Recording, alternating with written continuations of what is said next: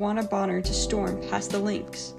On the other side, the Las Vegas Aces survived a tough semifinal against Indiana, setting up a final showdown between a proven contender and a resilient underdog. This year marks a milestone. The WNBA Finals have expanded to a best-of-7 format, adopting a 2-2-1-1-1 structure, giving more room for swings and drama. So far, the Las Vegas Aces have jumped out to a 2-0 lead. Game 1 was a tight 89-86 win for the Aces. In Game 2, they flexed their dominance, winning 91-78 behind a finals record 21-point quarter by Jackie Young, plus 28 and 14 from Aja Wilson. For Phoenix, Copper led with 23 points, Sabley added 22, and Thomas chipped in despite foul trouble, but it wasn't enough to match the Aces' balance and firepower. As the series shifts to Phoenix for Games 3 and 4, the Mercury will lean heavily on home court energy and adjustments, defensively and offensively, to try and even out the series. The WNBA season is finally wrapping up. Let's see what the finals have in store for us. This is Anastasia Rostelli with the Varsity Sports Show. Coming into the 2025 season, high off its first college football playoff appearance in program history, one of the immediate gaps that the Arizona State Sun Devils would have to fill is replacing the production of star running back Cam Skattebo. Skattebo was drafted in the 4th round of the NFL draft following a legendary Peach Bowl performance that fueled an epic comeback that fell just short in an instant classic with 284 total yards from scrimmage. The obvious answer seemed to be Kyson Brown, who is Skattebo's backup in 2024 and performed well in blowout victories over Wyoming, Oklahoma State, and Arizona. Unfortunately for Kyson, however, an injury in a homecoming game against Mississippi State would knock him out for 2 weeks. Both Relique Brown and Kanye Udo took the opportunity and, no pun intended, ran with it, each going for over 100 yards in the disappointing loss. Relique has gone for over 100 yards from scrimmage in each of his last 4 games since the injury to starter Kyson Brown. Even with Kyson Brown's return, Relique has continued to receive first-team reps and the majority of carries for the Sun Devil offense. Kyson received a higher percentage of carries in the Friday night blackout game against then number 24 TCU, but struggled in the opportunity as he could not reach 2 yards per carry over 7 attempts. ASU football head coach Kenny Dillingham was very high on Kyson Brown coming out of spring camp, saying he was stronger and faster than ever, so you may expect to see Kyson Brown start to receive near first-team reps again as the season continues.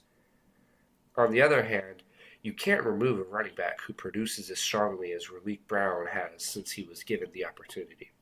It will be interesting to see how Dillingham manages the backfield usage moving forward. Fucking bang, bro. Hell yeah. Hi everyone, this is Patrick Cohn with Varsity Sports Radio, bringing you the best that sports has to offer. This week, I'll be doing a preview of the Arizona versus BYU football game happening this Saturday, October 11th, here in Tucson, Arizona at Arizona Stadium. Both BYU and Arizona come to this game with a potent offense and potent defense. BYU's offense has averaged 38 points per game so far this season, whereas Arizona has averaged 33 points per game this season. LJ Martin and Chase Roberts have been the stars so far for BYU, and they are expected to perform very well against a very tough Arizona team, with Chase Roberts being a true test for Arizona's defense. On the Arizona side, Noah Fafita has led the charge along with Ismail Mahdi. Both of these players have just been outstanding so far this season and are expected to go very, very far for 2025. Also, both their defenses have been outstanding. BYU and Arizona both have a potent defense, and any team should be concerned about facing either BYU or Arizona this season. It's going to be a great game. I'm very excited to see what my Arizona Wildcats are going to be doing this week, and I'm hoping that Arizona will do very well against BYU, and that hopefully they will get another win after their must-win game against Oklahoma State last week, which I'm very proud that they did very well on. So I can't say for certain what exactly will happen between BYU and Arizona, since both teams are very well-rounded, but I will say it's going to be a very awesome game, and I certainly look forward to watching it, and hopefully we'll get to see an offensive performance between both teams. Thank you so much for watching, and I will see you all next time. Thank you for listening to Varsity Sports Radio. Bienvenidos al nuevo segmento de Viva Varsity. Mi nombre es Rodolfo Gómez, reportándoles sobre el scouting de las grandes ligas. El scouting es un proceso de clave de desarrollo deportivo, ya que permite identificar y evaluar el talento de jugadores potenciales.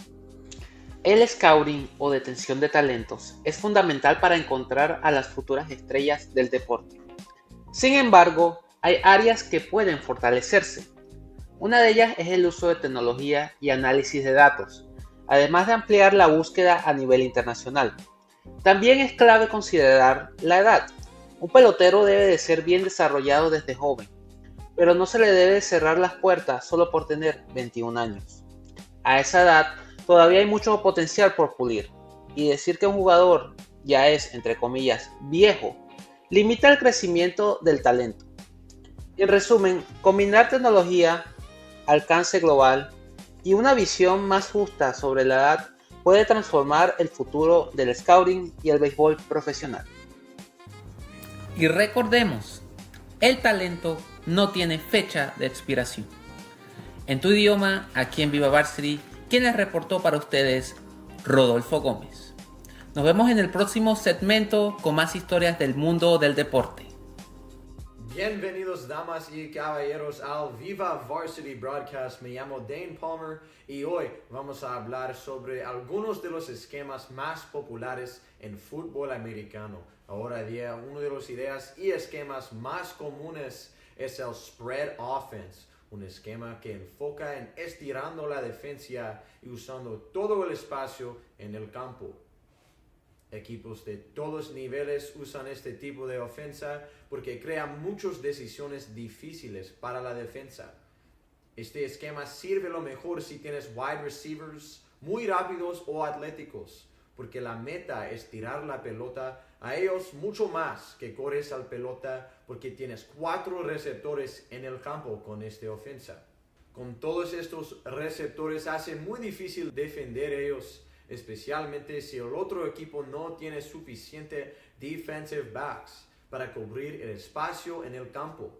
Si la defensa sí tiene defensive backs, va a ayudar a cubrir todos tus receptores, hace más fácil para correr al pelota, porque ahora hay menos jugadores grandes como linebackers en el campo para parar a correr.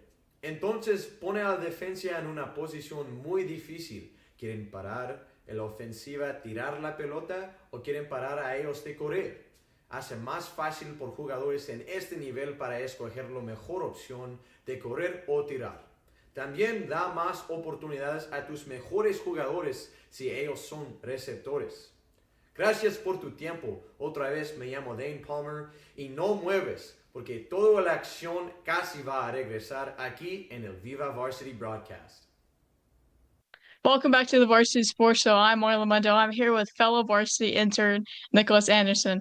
Nick does amateur bowling. He does it all around the Las Vegas Valley. He's won a couple different tournaments. Nick, why don't you tell us how you got into amateur bowling? Absolutely. So I started bowling, I say at a younger age, I would say at about 5 or 6 years old, and I did it for fun at times. I didn't really know what I was doing, just to throw the ball around and just see if I liked it or not. And I ended up liking it. And then when before the COVID pandemic hit, I really started getting into bowling a lot in like 2019. And then when COVID hit, a lot of the bowling centers shut down. We weren't able to bowl, but I kept up with a lot of bowling through a lot of professionals, specifically Darren Tang here in Las Vegas. And I kept up with his content. It really got me intrigued to not only bowl more, but also to learn about the different mechanics and techniques about the game. COVID pandemic was over. I ended up getting back into bowling where I was able to go bowl, this and that. And I only did it to where I just practiced, never really got into any tournaments. And then 2021 in December is when I bowled my first amateur tournament. Ended up taking 5th place out of a bunch of the amateurs there. And I said, oh, okay, you know what? For my first tournament, I feel like maybe I stand a chance. I could do really well. And then over the years, I started slowly but surely getting better and better, maybe winning about a tournament or 2 a year. And then finally, 2025, I think I've hit really my stride where I've really won a good amount. And I think in a majority of my tournaments this year, I'm really cashing, which is really cool. So what has been the best or the biggest tournament you've won so far? I would say in February this year, actually on my father's birthday on February 11th, I bowled this tournament called the Big Kahuna, which I'm actually going to be bowling this weekend. It's back in October, but the one I won back in February, I went through 24 games. I averaged 240, was by far my best performance. Ended up taking first by a mile, and it was just a really fun experience. About, I would say, big tournament, probably about 5 to 6K I made in that tournament. So it was a big winning for me. It also gave me a lot of confidence moving forward, and was definitely by far the bright point going into this year. Once again, I'm Marla Mundo with the Varsity Sports Show, and I was here with Nicholas Anderson, our amateur I'm Gregory bowler. Graves with the Varsity Sports Show, and the Arizona College Basketball Sports Year is right around the corner. In Tempe, Arizona State, men's basketball is entering a new chapter. Head coach Bobby Hurley has reloaded after last year's struggles, bringing in key transfers and young talent. As the Sun Devils gear up for another season in the Big 12, the season opener against Southern Utah is almost here. On the women's side, there's a fresh start with newly hired head coach Molly Miller, who comes over from GCU. Known for her up-tempo, pressure-heavy defense, Miller brings a culture of winning and a clear vision to turn ASU around after a tough rebuilding stretch. In Tucson, the Arizona Wildcats men's team enters the year with high expectations. Tommy Lloyd has reloaded with top-tier recruits and veteran leadership. One name drawing headlines, Bryce James, son of NBA superstar LeBron James, now joins the Wildcats. The Arizona women are out to prove they belong back in the tournament. With a mix of returning talent and incoming speed, the Wildcats are hoping to climb back toward national relevance in a stacked Big 12. In Phoenix, Grand Canyon's men's team is eyeing a third straight walk title. Head coach Bryce Drew has built a mid-major powerhouse with size, experience, and depth, and they're not afraid of Power 5 opponents. The Lopes women team brings a new era following Molly Miller's departure. With a solid core returning, GCU is focused on staying competitive in the WAC and building on the foundation she left behind. With new faces and new coaches, the Arizona Sports Year is sure to excite. For the Varsity Sports Show, I'm Gregory Graves. Hello, folks. J.R. Lambright here, where a local devotion to football reaches its height. We've spoken of rivalries, but now we examine the crucible of the season for every town, UIL district play, which transforms the gridiron into almost holy ground. The journey of a Texas team has two distinct phases. The non-district games are the time of pilgrimage, of preparation and refinement. But when the UIL district bell tolls, the stakes become existential. District contests are the sole path to the state playoffs, serving as the gateway to the promised land. Failure in these games is not just a loss. It is a setback that can cause a community a season of penance and doubt. The rules governing this covenant are strict. The University Interscholastic League, which stands as the high council of this institution, demands absolute adherence to its laws of eligibility and fair play. A single misstep, a violation of the academic standard, or a failure of attendance risks immediate penalty, uplifting the competition to a civic necessity. This makes the district schedule a measure of a community's competitive faith. For small towns, success in this portion of the schedule becomes a source of pride and often economic stability. This annual series of rites confirms the role high school football plays in the soul of the East Texas piney woods. This is Riley Hartman reporting for Varsity Sports. As the MLB postseason rolls on, ESPN has released updated World Series odds, and the Dodgers are at the top of that list. The 2025 postseason is currently heating up as the Dodgers, the Mariners, and all other contenders fight in one of the most competitive playoffs in recent years. The Dodgers secured their spot in the playoffs on September 19th with a 6-3 win over the San Francisco Giants. According to ESPN, the Dodgers are listed at plus 150 to win the World Series, making them the clear frontrunners. They're trailed by the Mariners at plus 375 and the Brewers at plus 425. With several powerhouse lineups still competing, the road to the Fall Classic remains wide open. This year's playoffs have already delivered plenty of drama and highlight reel moments. One standout moment came during the Yankees Game 3 on Tuesday when Judge hit a dramatic 3-run home run to tie the game 6-6 in the bottom of the fourth inning. During the fifth, Jazz Chris Holm hit a solo go-ahead home run, ultimately leading to a 9-6 Yankees win. In addition, during Game 2 of the series, just 2 days after leaving Game 1 with hamstring tightness, Jackson Cheerio sent a 101.1-mile-an-hour fastball to center field, making it the fastest pitch hit for a home run in the postseason with pitch tracking era since 2008. This ultimately led to a Brewers victory that evening as well. Even though the Dodgers remain the favorites, the postseason remains unpredictable, and we still have many more games until the World Series champion is crowned. This is Riley Hartman reporting for Varsity Sports. Hi guys, my name is Heaven. I'm here reporting live for Varsity Sports. Today we're going to be doing a recap of the Eagles game versus the Broncos. Now, let's get into it. The Denver Broncos just shocked the world with their defeat over the Philadelphia Eagles. They just handed them their first loss of this season and their first defeat since December. They came back with a shocking score of 21-17. The Eagles looked very dominant within the first half, first quarter, leading them 17-3. Heading into the fourth quarter, but somehow Denver was just able to really lock in. Their rookie quarterback, Bo Nix, he threw a touchdown, completed a 2-point conversion, and led the game winning drive. Jalen, who did an absolute wonderful job, threw for 280 yards with 2 touchdowns. But the problem was he was sacked so many times, and they struggled to finish their drive. I'm not sure if you all heard, but there is a little bit of tension with team Jalen Hurts and his wide receiver, A.J. Brown. Reporters have said the two have had a heated conversation, and then they also had a private team meeting to, clear the air. The lack of chemistry honestly really showed on Sunday as Brown was quiet for most of the game and the offense lacked rhythm when Hurts tried to force the ball his way. And this is something that you don't want to see, granted, from a team who just won the Super Bowl. You don't want to see a team fall apart or just not be able to connect anymore after all the hard work that you put in last season and the hard work that you put in this season so far. All right, guys, that's my topic, and I hope you guys enjoyed my story today. I'm Abigail Hardy with the Varsity Sports. I'm here with head coach Bennett. Oh, Cola, sorry. Having a slower start to this season, how have you encouraged these athletes to just take it one game at a time? Yeah, obviously not the results in the win-loss column that we want.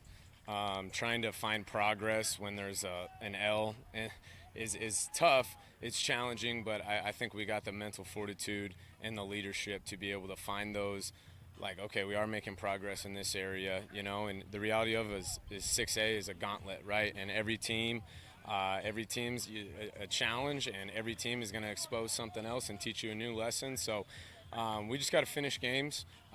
We've been playing poorly in the second half and haven't really been finishing games. So that's something we're hoping to correct tonight. And then what is something that you focused on really big in practice to look forward to this game? Yeah, well, I think you kind of took the words from me of focusing on one game at a time. We talk about one play at a time and just having a short-term memory and just stacking plays, and talking about how, it's death by 1,000 paper cuts to beat good football teams. You're not going to win or lose it on one play.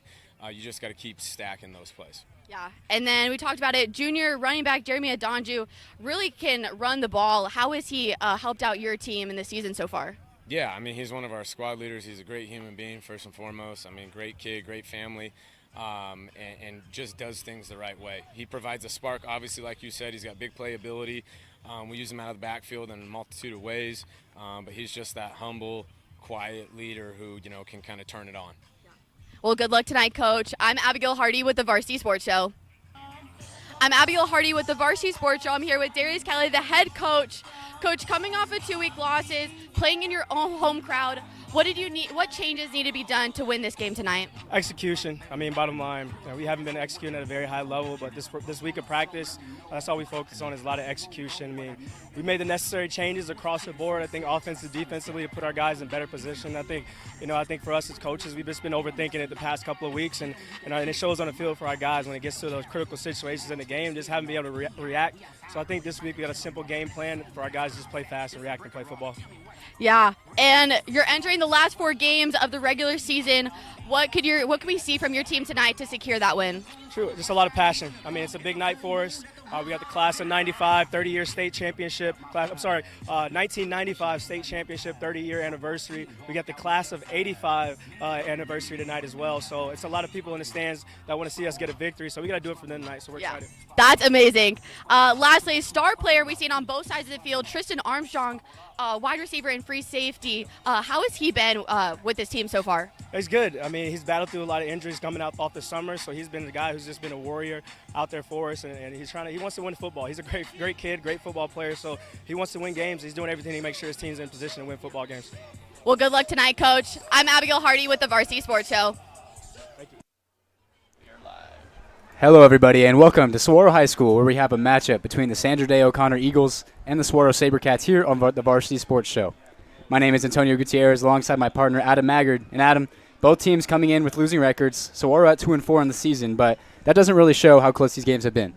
No, I agree, Antonio. It's been a tough season for Saguaro. They've lost a good amount of games so far in one possession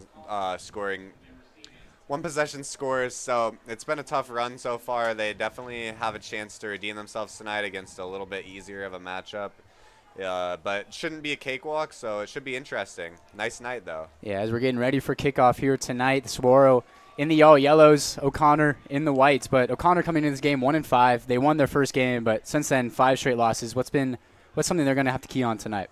Yeah, I mean, they just need to be adaptable and execute better throughout the game. They've struggled a little bit to just keep solids, or just, I don't know. The word I'm looking for is gone right now, but here we go. Game is off.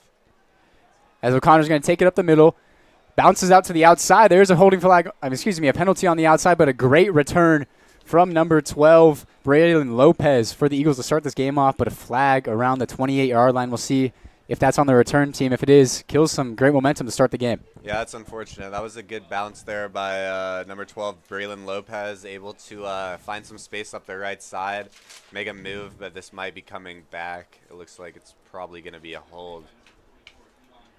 It's going to be actually a low chop block they're going to call here. We got no white cap out there, as I can see, for referees, but going to be a penalty against Sandra Day O'Connor to start off this game. And for them, looks like they're going to have number 16, Brody Moore, back there at quarterback. They've had a little bit of a revolving door so far this season at quarterback. Yeah, it's going to be interesting to see who stays at quarterback, if Moore stays the whole time or not. But I'm very excited for this matchup tonight. Unfortunately for Sandra Day O'Connor, that's not how you want to start. A chop block brings back a possible 30, 40-yard return all the way back to the 15-yard line. At the end of the day, it's still 1st and 10, and they have Moore in the backfield next to number 1, Jeremy Adanju, one of their best players for the Eagles. He's going to get the handoff, but another flag here before we can even get another snap off. It looks like it's going to be offsides on Saguaro. There we go. A little bit of momentum again for Sandra Day O'Connor. That'll help them out a little bit after that rough penalty on the return. Yeah, right now we got more penalties and plays so far, so hopefully that cleans up a little bit, but one for both sides. But it looked like that handoff was going to go to number 1, Jeremy Adanju, for the Eagles, a very dynamic running back for them. Yeah, no, he's been a star this year. We'll see if that goes back to him here, if they try to establish a run game maybe so they can hit some darts down the field a little later. Moore in the backfield with Adanju to his left. Takes the snap. Pump fakes Adanju. Tries to go out to number 10, Devin Moda, but it's going to be batted away, but another flag on the field, a little bit of a later one. And we'll see what the referee has to say here, and it's going to be pass interference. Is it pass interference? Yeah, it's going to be pass interference against the SaberCats. Once again, that looks like it was on number 1, Tristan Armstrong, guarding Moda out there on the outside. Looked like decent coverage, but a late flag negates it. It's going to be a free first down for the Eagles. Yep, Sandra O'Connor gets a little break there after that missed pass. This should help them out a little bit, now putting them on roughly the 35-yard line. Moore with Adanju to his right once again. Handoff goes to Adanju. Adanju up the middle, and he's going to get met by the Saguaro D-line just for a gain of 1, and great swarm tackling there. Yeah, it was just great tackling there by the Saguaro line, not allowing Adanju to find any room and stopping him after a very minimal 1-yard gain. And it looked like it was number 1, Tristan Armstrong, coming from his corner position, just said his name on that pass interference, but comes down and makes a tackle at the line of scrimmage against Adanju. Not an easy guy to tackle by any means, but we have trips left off to the left, for the Eagles. Adanju still in the backfield with Moore. Moore takes the snap, looks left, pump fakes, goes to number 11. It looks like number 11 was the intended target, Brady Dorsey, but sailed over his head right there. Yeah, it looks like they might have had a chance there to Dorsey, but a little over his head, unable to come down with it. and a nice break there for Saguaro. Yeah, looks like two receivers in the line of sight there for Moore. Just couldn't find either of them. It's going to bring up a third and about 9 or 10 right here.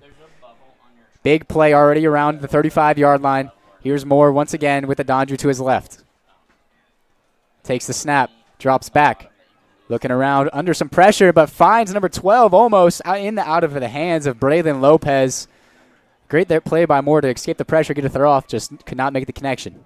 Yeah, once again, just maybe a little over the head of his receiver there, but could have came down with it. That's unfortunate for Sandra Day O'Connor, but a nice break there for Saguaro as they look to receive this punt. Yeah, and receiving for Saguaro is going to be number 1, Tristan Armstrong. I already said his name a couple times tonight, but he is a key player for them. And punting for the Eagles is going to be number 24, David Kimball, back there for the first punt of the night on the first possession of the night. Gets the punt away, and it's a decent one. Armstrong going to let this one bounce, and it takes a Saguaro bounce, and it's going to be eventually down around the 30-yard line. Good starting field position for Saguaro right there. Yeah, that's what you want to see of your Saguaro. A nice bounce keeps it more fair, and they're going to start in decent field position. It looks like the ref's going to rule it maybe right around the 29, pretty much the 30-yard line. Yeah, and the Saguaro offense, they've actually got number 10, Ashton Pennell, out there at quarterback right now. And that was the question coming in. Marcel Jones and him have been splitting some snaps these last couple games. Yeah, it'll be interesting to see how they split snaps tonight. I'm kind of surprised not to see Jones out there to start, so I guess they like what they have with Pennell. Yeah, both seniors, and Pennell has made more heavily appearances in the last 2 games against Higley and Highland, but Jones made an appearance last game against Higley, scored a touchdown, around a 50-yard rushing touchdown, but going to be not in the lineup here to start on this first play. In motion, hands it off to number 81, bounces it out to the outside, and he's going to get around 5 yards right there. Number 81, Martaj Meadows, with a great play to start off first down. Yeah, that was a nice drawn play right there. Just a little jet sweep type action. Able to find a little space on the outside and pick up a nice 6-yard gain. 7-yard gain, actually, to correct that. Great 6 or 7 yard gain to start off the possession for Saguaro on offense. And they got Strozier in the backfield, a very elusive back. Yeah. Pennell takes the snap and hands it off to Strozier. Strozier up the middle. He's going to get hit around a yard short, but he's going to fight forward to get around a half a yard short of that first down, bring up a very third and manageable. Yeah, that's what you like to see if you're a Saguaro. Just a nice physical run there, able to pick up as much as he could and set up a nice, easy third down. Good tackling there by the O'Connor defensive line, able to, again, not give up too many yards. Yeah, and 3rd and 1 here, very physical Saguaro team. They love to run the ball. We'll see what their play call is here in a very short down and distance. A little bit of a late subbage here. Yeah, I wouldn't be surprised to see some type of option maybe here, either Pennell or handing it off to Strozier. That's exactly what they're. Yeah, Pennell keeps it. Pennell keeps it, and the ball comes out at the end, goes out of bounds, but Pennell keeps it on the option, like you just said, Adam, and gets the first down and more. Ball came out at the end, but it goes out of bounds. Still Saguaro ball, but Pennell showing off the legs early. Yeah, maybe that's why they have him out there. Maybe they feel like he's more of a confident runner, able to diagnose the situation, because if they would have given it to Strozier there, then they might have lost some yards, but good take there by Pennell, and here we go. Yeah, trips formation up top, but it's going to be handoff to Strozier up the middle, breaks an arm tackle, and he gets hit hard by the safety coming down, and there's going to be a flag on the field. But making that tackle was number 9, Colton Loffer for the Eagles. We'll see what this flag is here, but great way to break off a tackle from Strozier and get some extra yards. Yeah, that was a good break tackle there by Strozier, and then a very nice hit there by number 9, Loffer, able to come up from the safety position and make a nice hit. They're going to call targeting here, actually, a little hit to the head from Loffer. It's going to give Saguaro 15 free yards. Little mistakes like that end up costing you a lot. 15 yards is not a given, and giving up 15 is definitely not what you like to see. Yeah, after that last run, we still have Pennell there in the backfield, but now we have number 14, Xavier Jackson, in at running back. Give Strozier a little bit of a breather. Got 2 wide receivers up top, one at the bottom. The one on the bottom is going to be Tristan Armstrong, big 6'1" receiver. It's going to be a handoff, play action. Pennell looking over the middle and finds Procopio, and he's going to break a tackle, and he's going to drag a man inside the 10-yard line. And, 3 receivers in the area, but Nico Procopio comes down with it and is inside the 10 for the SaberCats. Yeah, that was a nice pass there by Pinnell, able to find the opening in the middle. I was a little concerned about the 3 receivers in there, and Procopio ends up coming down with it, and first down. They go quick, and they're going to hand it off to Xavier Jackson. He's going to get met behind the line of scrimmage, and he's going to lose a couple yards there. Great bounce-back play from Sandra Day. Yeah, that was good on the defensive line, able to drive through the offensive line, get through, and make a tackle and not give up any yards there. Actually, a 1-yard loss on the play.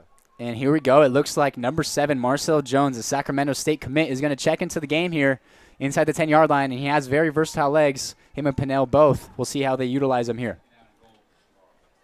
It's going to be in the shotgun with number 14, Xavier Jackson, to his left. 2 wide receivers to the top of your screen. You got Procopio and McNull, and at the bottom, Tristan Armstrong. Some big receivers out there. Jones in motion, going to fake the play action sweep and get He's getting so much pressure. Gets the ball off, and it finds number 1, Tristan Armstrong. Wow, great play there by wow. Pinnell. Able to escape the pressure. What looked like it was going to be a sack. Finds his man wide open in the end zone. They bring Meadows into motion. Fake it to him, and Jones was getting tackled almost instantly. Doesn't go down, and Armstrong just wide open in the end zone. I mean, what a play from Marcel Jones to get that one, and 6 points on the board for the SaberCats early. Yeah, that was a great play there. That's definitely how Saguaro wants to start the game. Tough few losses recently, but starting out the game strong here and setting themselves up nicely. Now we got Dionico Salgado for the extra point, and that is good. It's going to make it 7-0 here early for Saguaro. And what can you say about that first drive for Saguaro right there? Yeah, I mean, if I'm the coach, Coach Kelly, I'm definitely very pleased with my team's performance there. They looked like very dominant on that drive, just getting yards as they wanted, and great play by both the quarterbacks there, able to get the ball in the end zone and start the game off up 7-0. Yeah, and I mean, for O'Connor, the last 2 games have been a little bit of a struggle for them. They played Chandler and they played Centennial, and they gave up over 1,000 yards combined in those last 2 games. What is something they can change on defense after just seeing that first possession? Yeah, I mean, their run defense looked pretty good on that possession. I think what they're going to have to really work on is their passing defense. They're maybe playing a little bit too soft of zone, and maybe just playing a little more physical, a little more man coverage might help them not give up as many big passing plays. And they're also going to have to make sure they don't leave a guy like Armstrong wide open in the back corner of the end zone. That definitely doesn't help. Yeah, that usually helps when you cover everybody like that. But what a first drive from number 10, Ashton Pinnell. A great way to get him down the field, and then Marcel Jones comes in and finishes the drive. And they're both seniors. This can be fun to watch coming on if they have this 2-quarterback set the rest of the game. Yeah, it's a very interesting setup they have. Kind of fun, though. I love that they're getting both the seniors time, and it ends up paying off. As we're getting ready for the all-yellow SaberCats to kick all gold SaberCats to kick this one off with the black helmets. He's going to kick this one deep. It's going to be returned again by number 12, Braylon Lopez. Had a good return last time. Trying to repeat it here. Goes up the middle. Gets away at the 40. Cuts back once again. Makes a man miss at the 40 again. And he goes down around the 42-yard line. And, I mean, 2 great returns for Braylon Lopez to start this game. Yeah, that was a great return once again. Able to diagnose, find the holes, and make some shifty moves, and ends up getting the ball all the way up to about the 41, 42-yard line. So great start for him, Lopez, on the returns, and we'll see if O'Connor can capitalize on that good start. Yeah, O'Connor got a couple first downs last drive with some help from penalties, but they're going to have to obviously look to get a touchdown here on the board, try to even it up. They got more back in the backfield with Adonju to his right. Trips up to the right. It's going to be a handoff to Adonju, trying to break it outside. And he gets the edge. He's going to cut upfield, and he stepped out of bounds right before he could cut it upfield.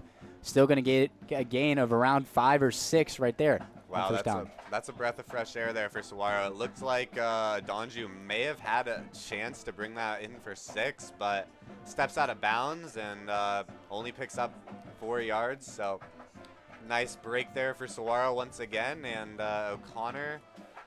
We'll see what they have in store on this 2nd down and 7. They're going to go a little bit of a spread out offense right here, something we've seen for them pretty much every play so far tonight. Moore in the backfield, going to take the snap, and it's going to be another handoff to Adonju. Adonju makes a man miss, gets to the outside once again, and he's going to be forced out of bounds at around the 48-yard line. We'll see, and it looks like they might mark him just short of that first down. No, they're going to give him the sticks, I think. Yes, they will.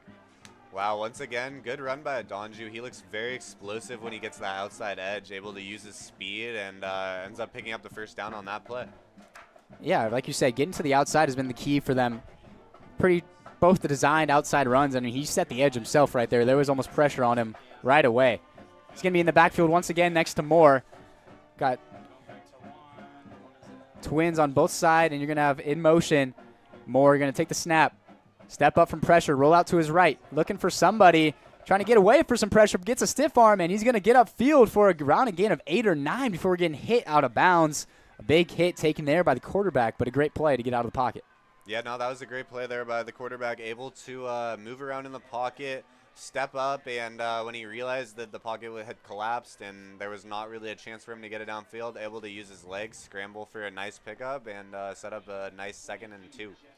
2nd and 2 is something you'll take all day, especially the way they've been running the ball so far tonight. We'll see if they try to keep it on the ground because they have had some troubles so far in the air. Going to go shotgun once again with Moore with Adonju to his right. Twins to his left. He's going to take the snap. It's going to be a pump fake to Adonju, and he's going to try to go over the middle, and it's almost intercepted by number 18, Mikal Perez. Almost jumps that route, gets his hands on it, but it falls incomplete. Yeah, that was a risky throw there. Able to breathe a little sigh of relief after the drop there, but he's got to be a little better there, a little more disciplined. Almost gave up an easy interception there. Good defense, though, by Saguaro, able to step up and get in front of the route. I was going to say the great coverage there by Perez. He was one-on-one with that man downfield and just stuck to him like glue. Brings up a 3rd and short. With the 2nd and short, they were able to run the ball last time. We'll see if they do that here again. They set up a 3rd and short to run the ball, but they're actually going to pass it out of the shotgun. Moore with a bunch of pressure in his face, tries to get out of it, and he finally gets tackled down by the Saguaro D-line. Number 99, Claiborne Watkins. What a way to get to the quarterback right there. And on 3rd down, the defense holds and brings up a 4th and 10. Yeah, that was a great play there by number 99, able to get through the offensive line and get to Moore and take him down for a nice sack there, setting up a tough 4th down and a probable punt. Yeah, the offense was still on the field for the Eagles, but they're going to actually call a timeout. Is Sandra Day 4th and 10 from around the 48-yard line. What are you thinking here? I'm thinking probably just a punt here. It's probably too far to be in field goal range. I don't think it's late enough in the game yet to want to try to go for it here. It would be a tone setter, but I think play it safe, take the punt, and just hope the defense is able to get a stop and not give up another touchdown. Yeah, it looks like they will send out David Kimball and the punting team once again for the 2nd time tonight. And what a stop from Saguaro. The Eagles get to a 2nd and 1, and then they hold them to 3rd and 1, and then they get a sack on 3rd down. That's just great defense right there. Yeah, no, great defense there by Saguaro, showing their defensive presence and able to stop that O'Connor drive that was looking pretty good. And there's going to be a little bit of another stoppage on the field right here. Some uniform mishaps maybe. But Kimball back to punt once again. And there's going to be some late subs here for the SaberCats. Yeah, it looks like they're going to hold the snap. O'Connor must have done a little sub in that. So they get the free sub there and delay the game for half a second. But around a 40-yard punt for Kimball last time he was out. And punting from the 48 right now, definitely take another 40-yard punt, pin the SaberCats inside their own 10. Got to be what he's looking to do here as he's going to take the snap and get the punt off. And Armstrong going to call for a fair catch right around the 16-yard line. Probably a good call right there. Don't let it bounce. Yeah, definitely. And he was definitely going to take a hit there. So I think the fair catch is what you got to do. And as you said, yeah, don't let it bounce. You never know if it's going to roll back. So 16-yard line is where Saguaro will get the ball, and we'll see what they have in store on this drive. Starting at the 16. They started at the 30 last time, but it didn't really matter to them. They got down the field pretty pretty quick. Yeah, they definitely imposed their will on that first drive. That 15-yard targeting call definitely helped them a little bit. We'll see if they can sustain another drive. And it looks like on the field they're going to start with Panel again. Yeah, Pinnell getting the start back in the backfield again with Strozier to his left. In the shotgun, he's going to take the snap. It's going to be a handoff to Strozier. Strozier breaks it inside. And he's going to just go put his head down for a gain of around 4 or 5 right there, bring up second down. Yeah, that was a great move there by Strozier. He bounced it out, able to find a little hole and pick up a nice gain there and set up a more manageable 2nd and 5. Big units on the field for Saguaro right now. You got Strom, Braden Strom, number 11, also plays some linebacker for them in the backfield on the offensive line, But Pinnell with Strozier to his right, Twins to his right as well. And play is going to be blown dead, flag, and it looks like it's going to be offsides on O'Connor. Yeah, another mistake there by O'Connor, giving Saguaro a near first down. Looks like they're going to give him the first. Yeah, they will give him a first down. I mean, free first downs is something the SaberCats will take all night. Yeah, you can't complain when you're getting first downs handed to you. So we'll see if Saguaro can capitalize on that little break there. Now 1st and 10 for the SaberCats. Strozier now to the right of Pinnell. Fumbles the snap a little bit, and it's a little bit of a trouble, and it's going to be a sack for the Eagles as a little bit of a fumble on the snap / handoff right there leads to a loss of around 5. Yeah, I couldn't tell quite what happened there. It looked like maybe a little bit of a miscommunication, maybe a fumbled handoff, as you said. But not what you want to do if you're Saguaro. Lose a loss of 4 yards there on that play, and we'll see if they maybe go to the air on this play. 2nd and 14 with around just under 5 minutes, left to go in this first quarter. Pinnell is going to take the snap in the shotgun, and there's going to be another flag on the field, and this one's going to be actually a false start. False start on the SaberCats. Not what you like to see if you're a Saguaro fan. Another little loss there. Now it's looking at 2nd and 19. Definitely going to have to try to you maybe run it here and then maybe go for a pass to just ease it up, get a little run, pick up a few yards, and then try to soften this 2nd and 18, it looks like, is what they're ruling. Pinnell going to be in the shotgun once again. Drops back to throw. He's going to try to find Meadows over the middle, and he does. Finds number 81, Martaj Meadows, for a big gain inside the 40 of the Eagles. There you go. That was a great play there by Saguaro. 2nd and 18. They find their man wide open down the field and pick up a nice chunk of yards there, probably 40 yards on that play. Huge momentum shift for the SaberCats, and they're going to use this. They go fast, fake the handoff, go back out to Meadows on the screen pass. Procopio blocking in front of him, and Meadows, there's going to be a late flag on the field, but Meadows going to gain around 5 or 6 yards right there. We'll see what this flag is. Yeah, that was a good play there. Just a nice little screen. Find your guy Meadows and let him make some plays, and we'll see what this flag ends up being.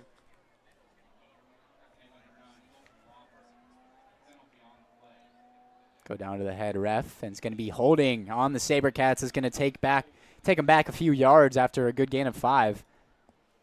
Dang, that's a brutal break there for Saguaro. A little loss of yards there, but they seem to handle it pretty well last drive. So we'll see if they can, last little break they had. So we'll see if they can do that once again. And they've got a very great offense in right now. They got number 4, Oliver Gibson, here on the bottom of your screen with Wiseman, Procopio. And it looks like they've changed their quarterback as well. Yes, Marcel Jones is back in the game. He's going to be in the shotgun with Strozier. Strozier going to go in motion. Jones, a design run, going to take it up the middle. Makes one man miss. He's going to get hit and downed around the 28-yard line of the Eagles. Nice play there by Jones, just being decisive, seeing the hole up the middle and just taking that hole and picking up a nice chunk of yards there, setting up a much more manageable 2nd down, it looks like. Yep, it's going to be around 2nd and 3 to go here. 2nd and 4, But Jones is going to stay in the backfield here with Strozier. So protect the quarterback, avoid the easy penalties, and count on the last play. It's going to be a fresh set of downs for the SaberCats.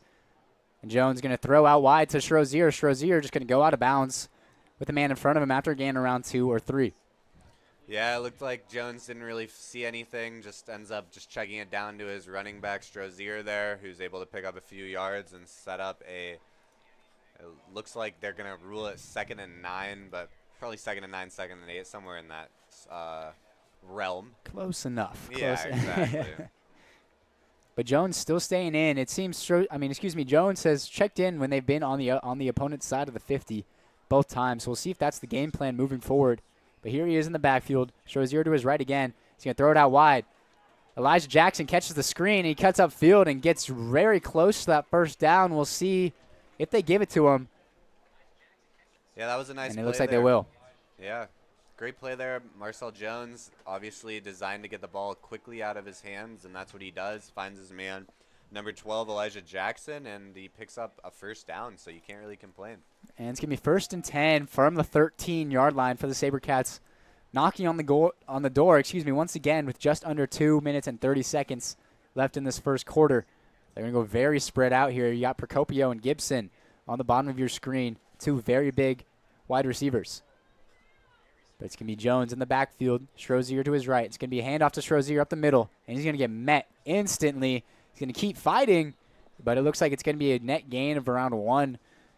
Yeah, that was a good play there by the O'Connor defensive line, able to not really give up much yards there, able to swarm the running back Strozier there, and Strozier fighting through the contact, but they all swarmed to the ball and were able to stop him with a very minimal gain of 1.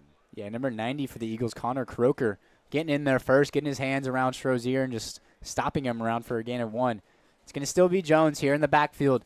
Strozier motions out left, and it's going to be a design run for Jones going out to the left. It makes one man miss, and he tries to get a couple more yards along the sideline. Tiptoes just 1 yard short of the first down. Going to bring up a very short 3rd down inside the 5. Yeah, nice play there by Marcel Jones, able to use his speed to get that outside edge and pick up a nice chunk of yards and set up a easy 3rd and 2. It looks like they're going to rule it at the 5-yard line.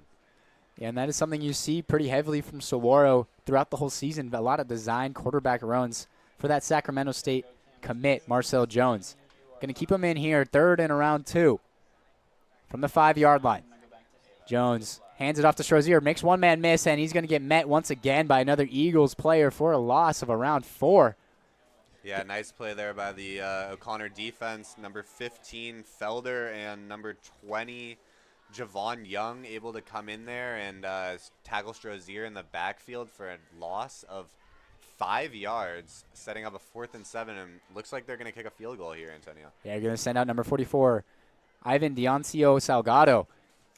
Made the extra point earlier, just went a little bit farther back, but the lefty going to look to put it through the uprights, giving them a 2-possession lead here with around 45 seconds left in this first quarter. The snap is good, the hold, and the kick. And it is right down the middle. Yeah, nice kick there by the kicker. It's always fun to see a lefty out there. So. Yes, lefties are fun. Lefties are fun. Now it's 10-0 for the SaberCats with around 39 seconds left in this first quarter. And what can you say so far? It looks like we'll actually take a break here, and we'll be right back. 10-0 SaberCats.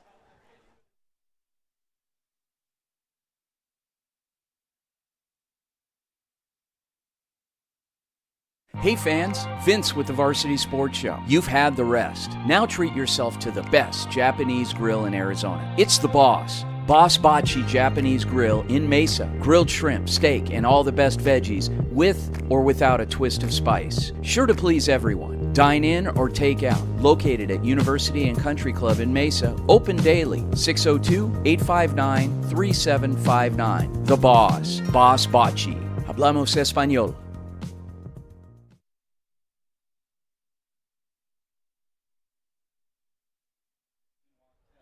And welcome back here to Saguaro High School for this game between the Sandra Day O'Connor Eagles and your Saguaro SaberCats, with Saguaro up 10-0 with around 39 seconds left here in this first quarter. Adam, what have you seen so far from the Saguaro offense? Yeah, the Saguaro offense has looked pretty good. Unfortunately, that drive stalled out there with that loss of yards on Strozier, but so far, look so good, I would say. They've imposed their will. They look pretty dominant. The O'Connor defense has looked good against the run. But once again, as I said earlier, they got to work on that pass. And they kick an onside kick, which is recovered by number 35 of Sandra O'Connor. That is Marcus Johnson. Nice recovery there, able to identify the blitz. Yeah, I was the onside. Yeah, that's what that caught us off guard a little bit right there. But I mean, when you talk about what happened last time, number 12, Braylon Lopez for Sandra Day O'Connor's had 2 returns on 2 very good returns at that. So maybe they're trying to keep it out of his hands. At the end of the day, it's around where Braylon Lopez was getting it to it anyways. So they're going to start around the 38, 37-yard line are the Eagles. Moore still in the backfield with Adanju to his left. Twins to both sides of him. He takes the snap. Pump fakes to Adanju, and he's going to find number 7. Jackson Simons wide open over the middle, and it goes right through his hands. That would have been 6 for sure. Yeah, that was a great throw there. Unfortunately, number 7, Jackson Simmons, just unable to come down with it. I see that there's a little rain starting, so maybe the water had a little something to do. Maybe it just got in his head, but I think he's definitely gonna want that play back there. If it gets really bad. Definitely. I mean, hit him right in the hands. Can't really ask for more. He'll want that one back, but got to move on. But Moore with a good throw on the last play. Going to take the snap again, hand it off to Adanju. Adanju going to break it outside, and he's going to show off that speed. He gets to the outside, the 40, the 30, 35, 30, and he's going to be forced out of bounds eventually by the Saguaro SaberCats, but an explosive run for Adanju. Yeah, Adanju, a very explosive player, showing it off there. Once again, he looks very dominant when he's running on the outside, those outside zones. He's able to use his athleticism and speed and pick up quite a few yards there. And with a big play for their offense, O'Connor trying to go quick, build on this momentum. Moore in the backfield with Adanju to his right once again. Same formation they've been running for most of the game. It's going to be keeper with Moore, and he's going to break outside, trying to beat with a man with his speed to the outside. He's going to be tracked down around the 8-yard line. A great keep on the option right there from Moore. Gets them inside the 10. Yeah, Brody Moore able to use his speed once again, pick up a nice chunk of yards, and here we go. O'Connor's got a little bit of a drive going here, so we'll see if they can capitalize on it and get the ball in the end zone and pick up 6 points. And that's going to be the end of the first quarter here at the end of 10-0 Saguaro, but the Eagles, they're threatening right now. Yeah, that was a good first quarter there, Antonio. Both teams look pretty solid. The O'Connor defense could be a little better, but maybe this break here, the O'Connor offense getting a little bit of a break there for the defense, and we'll see if they can get in the end zone and if the defense can turn it around. Inside the 10, something we have not seen for Sandra Day O'Connor yet. But with the Donju, do you think they'll rely heavily on him in here? Yeah, I think for sure. I mean, we've seen quite a few drops here from O'Connor, but they have a guy like Adanju who seems to be their best player. So I think you rely on your best player, keep feeding him the ball, and see if you can get the ball in the end zone here for a nice 6 points. Yeah. And just before the second quarter starts, we'll be right back. 10-0 Saguaro. Hi everyone, I'm Joshua Ohep, the new field correspondent for Viva Varsity, the new Spanish broadcast of Varsity Sports Show. Here, we celebrate the passion of the game with you, share exclusive interviews with you, and live every play with you as well. Follow us on @VivaVarsity on Instagram to see our highlights, history, and what goes on the field, in and off the field. Thank you again. Look forward to having a good season with you. My name is Joshua Ohep. Thank you again. Welcome back here to Saguaro High School, where we've got the Sandra Day O'Connor Eagles threatening inside the 10. Moore in the backfield with the Donju, and it looks like there's going to be a false start penalty actually on the Eagles. Not a good start inside the 10. Yeah, that's brutal there for the Eagles. Finally getting a little momentum. That little end of the first might have thrown them off a little bit and out of rhythm, end up making a little mistake there, and now set back another 5 yards. 1st and 8 to go. Ball is now on the 13-yard line. Yeah, I mean, 1st and goal from the 13. Not obviously, not always ideal, but thankfully it's only 1st down for them. So plenty of plays to try to find the end zone for the first time tonight. Going to go out in the same formation as they usually do. Moore with the Donju to his left. He's going to fake the throw and go over the middle to number 10, Devin Moda. And he finds the end zone. Touchdown, Eagles. And this game is close again. Yeah, that was a great play there by Moore, able to fake the handoff. And that's what happens when you have a guy like a Donju able to fake the handoff. The defense really draws to that and then gets his receiver on a little slant shot right into the end zone and pick up 6. That's what you want to see if you're Sandra Day O'Connor getting on the board, and we'll see if they can put this extra point in. Yeah, number 25, Cohen Horst, looking to put the extra point through the uprights, and plenty of leg on that one. That one's almost onto the 10s cords back there. 10-7 Sabercats, and that was just a great play design for the Eagles with the slant over the middle. Yeah, that was a great play design, good kick there, and able to tighten the game up a little bit, 7-10, and we'll see if Saguaro has an answer. And then that's a great answer for the Sandra Day O'Connor Eagles. You're down 10-0, didn't do anything on your first 2 possessions, 2 punts.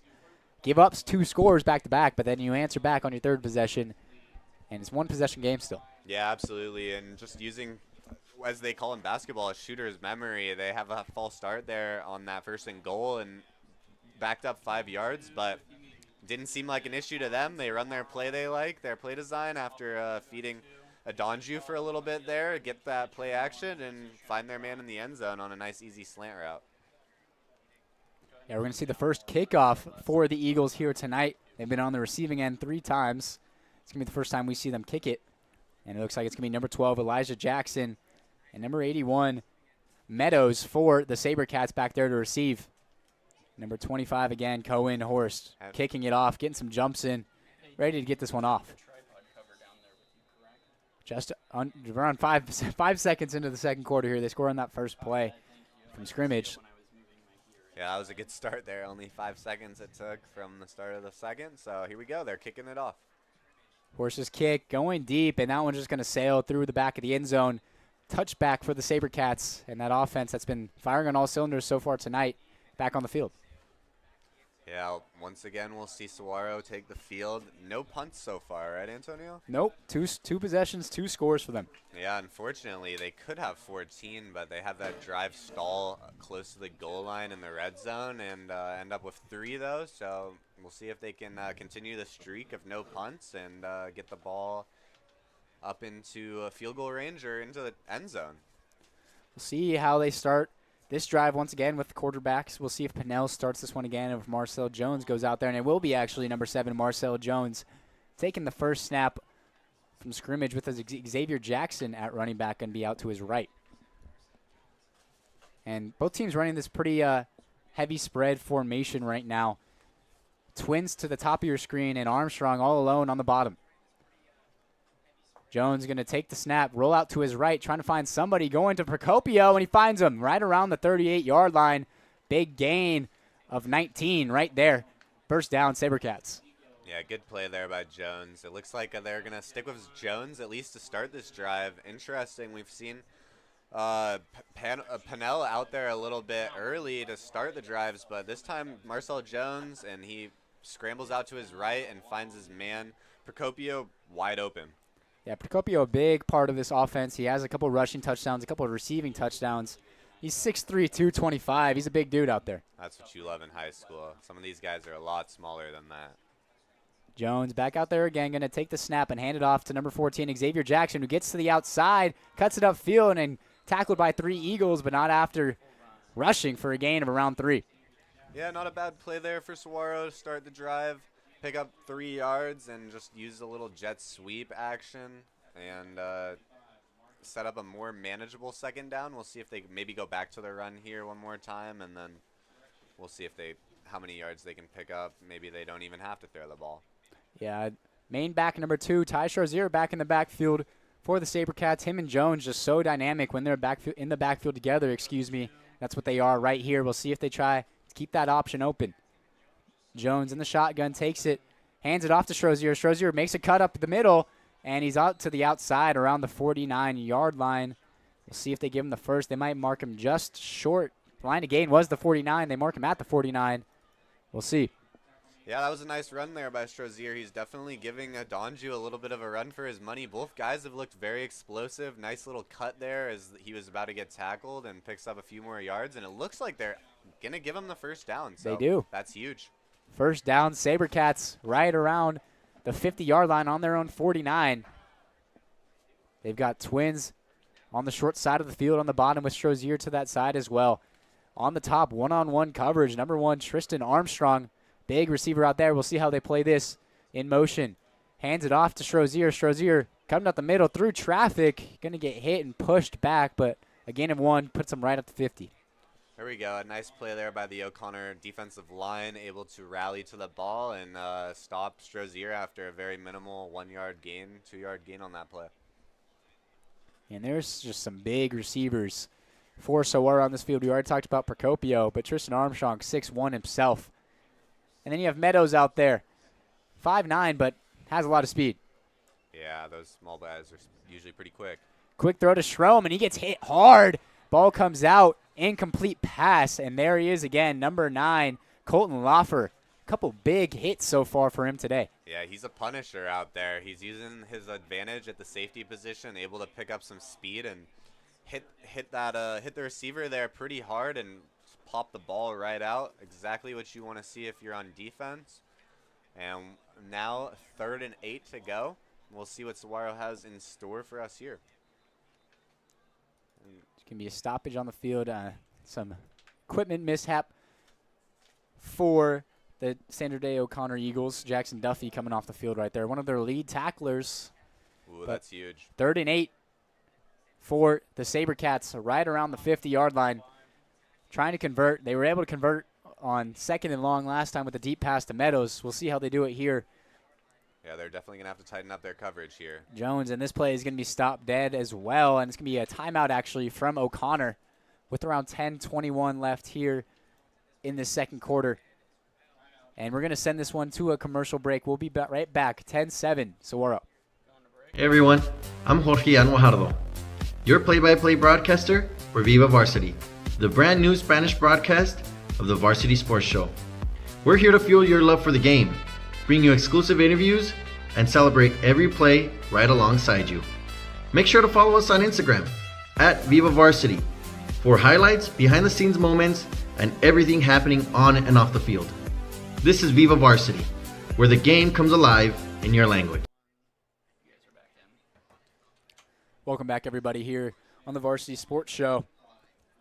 10-7, Saguaro through quarter and a minute and a half, but some momentum here on the O'Connor side.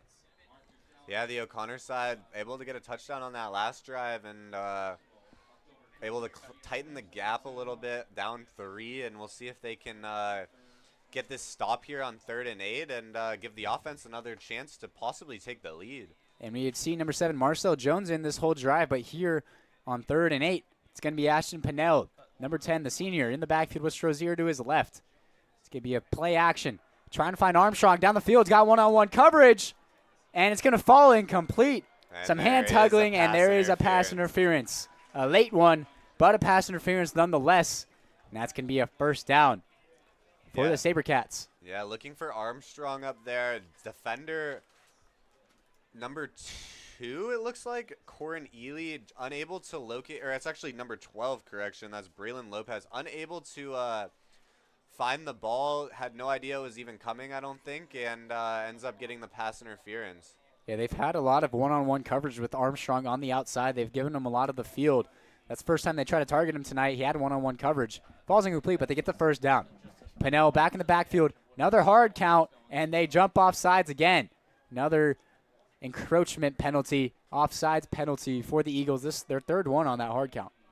Yeah, I mean, I'm not sure if high school is the same way as the NFL, but if I'm Saguaro there, maybe I'm trying to snap the ball when we get a little jump like that, get a free play. Yeah. But, I mean, can't complain about free 5 yards, and that puts them at 1st and 5. Well, we've seen the hard count from both. Yeah, we've seen the hard count from both Pinnell and Jones. So obviously something working, some strong voices back there. But Pinnell with trips to his right, Strozier to his left. No hard count, gets the snap. Rolls out to his right, trying to find somebody. He's going to roll out, and he's going to run with this one. gets the first down and goes out of bounds. First down, SaberCats, a great use of the regs from the senior Pinnell. Yeah, Pinnell is looking good since coming out. It looked like Marcel Jones was maybe stalling a little bit. They decided to switch it to Pinnell, and he's able to use his speed on that play, find the outside edge, and pick up at least 5 yards there to get the first down and setting up a 1st and 10 on the 22-yard line. Just inside the red zone for the SaberCats. They were able to score on their first drive in the red zone, but the second drive inside the 10, they were stalled. We'll see what's in the cards for them here. Trips to the left with the lone receiver, Elijah Jackson, on the top of your screen. Pinnell in the backfield, Strozier to his left once again. It's going to be a handoff to Strozier. Strozier takes a step back, cuts out to the outside, and gets rocked into the out of bounds. That was a hard hit. The chains guy takes a little bit of a hit, and who was it but number 9, Colton Lawford, late in the boomstick. But it looks like they might have thrown a flag on that. Yeah, not quite sure what happened there, but we'll await what the ref says. And that Sticks, the first down Sticks crew took a big hit right there on the sideline. Okay, it looks like they're Yeah, up. they're standing up, so that's good. But, I mean, some hard contact from two players running into each other, and it's going to be a personal foul on the Eagles. That's the second one on number 9, Colton Lawford. He's been laying some big hits. I mean, all 3 times we've called his name, it's been a big hit. That one just maybe a little bit late, too late for the referee's liking, as it was out of bounds. It's going to be 1st and 10 once again right on the 11. Yeah, once again, a little mistake there by O'Connor gives the Saguaro a 1st down, and now ball on the 11. Still a possibility for one more 1st down if they get it to the 1. So this is a good situation here for Saguaro. Yeah, Pinnell hands it off to Strozier up the middle, and he's going to fight for a good amount of yards after making contact, and he's going to be down around the 4-yard line. Still 2nd down and around 3 to go. Yeah, that Saguaro offensive line is looking pretty good, able to open up holes for both the quarterback and the running back Strozier there, and able to pick up a nice chunk of yards, and Strozier's going to cut it up the left and pick up at least a yard on that play, so not a bad play there by Strozier. Yeah, number 9, Colton Lawford once again, and number 5, Jackson Duffy, gang tackling there to get him down. A hard man to tackle in Strozier. He still gains around 1, so it's going to be 3rd and 1. And we're going to have a little bit of a substitution here. Braden Strom coming in for number 8, Jaden Wiseman. Jaden Wiseman, the big receiver. He's 6'3", 195. Inside the 5. See if they try to find the air. Got Procopio here at the top of your screen with Meadows, but Strozier in the backfield once again. Pinnell's going to keep it. Cut outside. Make a man miss. He's fighting for that 1st down. We'll see if they get him the 1st down just short of the end zone. Yeah, it looks like it's going to be a 1st down. That's a huge break there for Saguaro. That's what I was saying. That 1 yard, it ends up playing a difference there. Able to pick up the 1st down, and they get another 4 plays here to try to get the ball in the end zone from the 1-yard line. Maybe if it was the Philly Eagles, I wouldn't be surprised if it was a tush push. But in high school, we'll see what they go to. Yeah, like you said, very important still having that 1st down there at the 1-yard line, because now you have a whole fresh set of downs, and you're inside the 1-yard line. Can't really ask for more. Yeah, there. exactly. And they bring Marcel Jones back in the game. Going to keep Strozier in the backfield with him, but 2 very dynamic runners in the backfield right now. Procopio here in the slot on the bottom of your screen is actually going to be a timeout here for Saguaro, their 1st of the half. And we're going to head up to a quick commercial break, and we'll catch you guys in just a second. Hi, I'm Adam Maggard, and I'm excited to be joining the Varsity Sports Show team this semester. Over the next 4 months, I'll be covering high school and junior college sports across Arizona. From Friday Night Lights to heated rivalries, I'll be bringing you highlights, interviews, and the stories that make local sports so exciting. What I love most about sports is the passion, the community, and the way that every game has its own story, and I can't wait to share that with you. So be sure to follow the Varsity Sports Show all season long. It's going to be an incredible ride, and I can't wait to take you with me.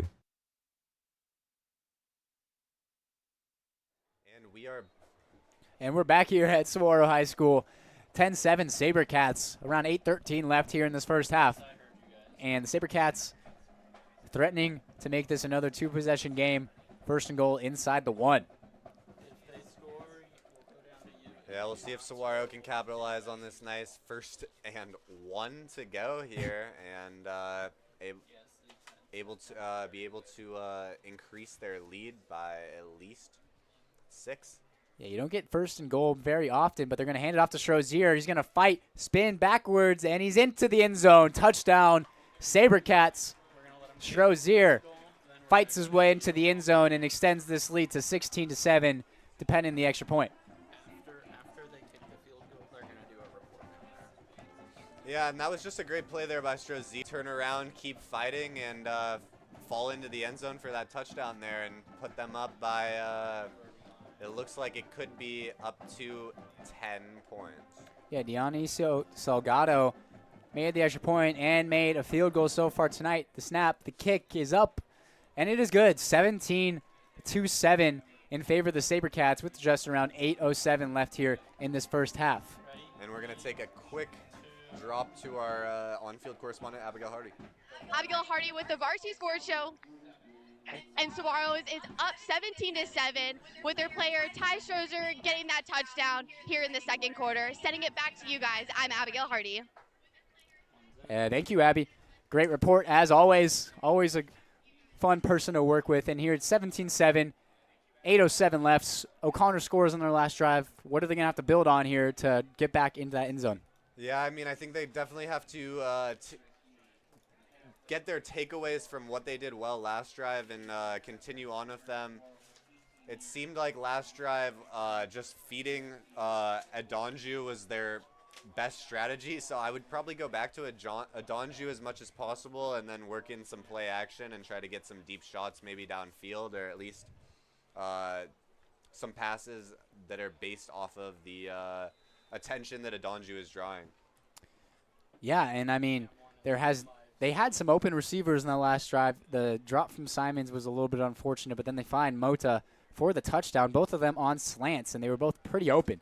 So we'll see how they keep that passing game going, as some confusion on the reception, excuse me, but it's going to be number 20, Javen Young, and he's going to get tackled right around the 26 or 7 yard line for a decent return, but great coverage by the SaberCats. And we're going to take a quick commercial break here, and we'll catch you guys shortly.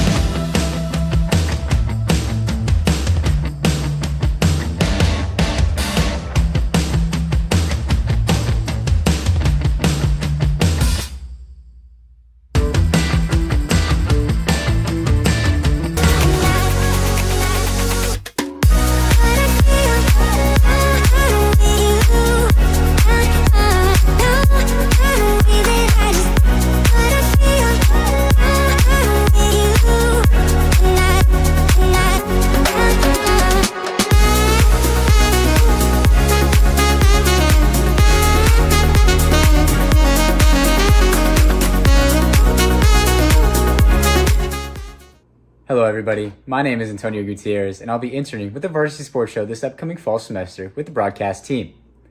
I'm a current rising junior at the Arizona State University Walter Cronkite School of Journalism studying sports journalism. During my 3 years at the Cronkite School, I've been able to cover multiple sports with the Sun Devils, including volleyball, basketball, and baseball this last spring. During my time, I've learned valuable skills both in front and behind the camera, helping expand my passion for the love of sports. I'm very excited to work with my peers this up. Welcome back, everybody, here to Saguaro High School. It's going to be a handoff to Adonju here, the first play back from that little bit of a timeout, and the Saguaro defense swarms him. SaberCats all over him for a loss. There we go. I know the defensive coordinator is going to be happy with that. They've been struggling to control Adonju, but on that play, everyone swarms the ball and able to take him down for a 3-yard loss, and that's exactly what you want to see if you're Saguaro.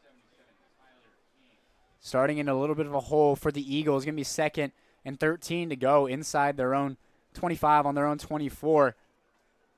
Going to go very spread out here. 3 wide receivers to the top of your screen. Moore and Adonju once again in the backfield in the shotgun, something we've seen so far every play of this game. Moore takes the snap, drops back, looking over the middle, trying to find number 8, Lincoln Jones. No pass interference. No dice, no flags. Going to bring up a long third down in coverage, number 8, Jaden Wiseman. Yeah, that was good defense by Jaden Wiseman, able to just stay with the defender and, the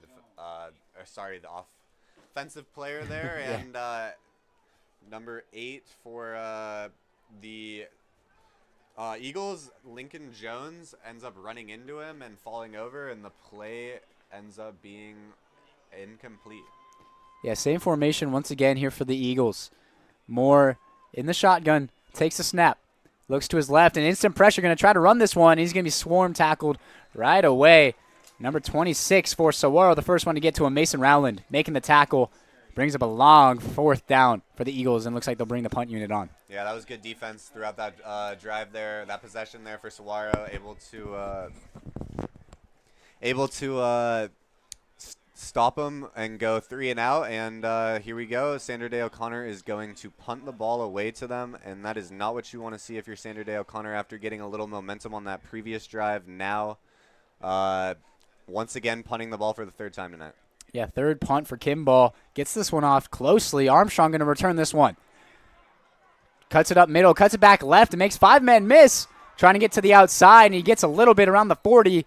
A flag right around the 30. And we'll see what team this is on, but great play from Armstrong. I mean, he cut that up the middle, cut it all the way back left 5 defenders in the dust.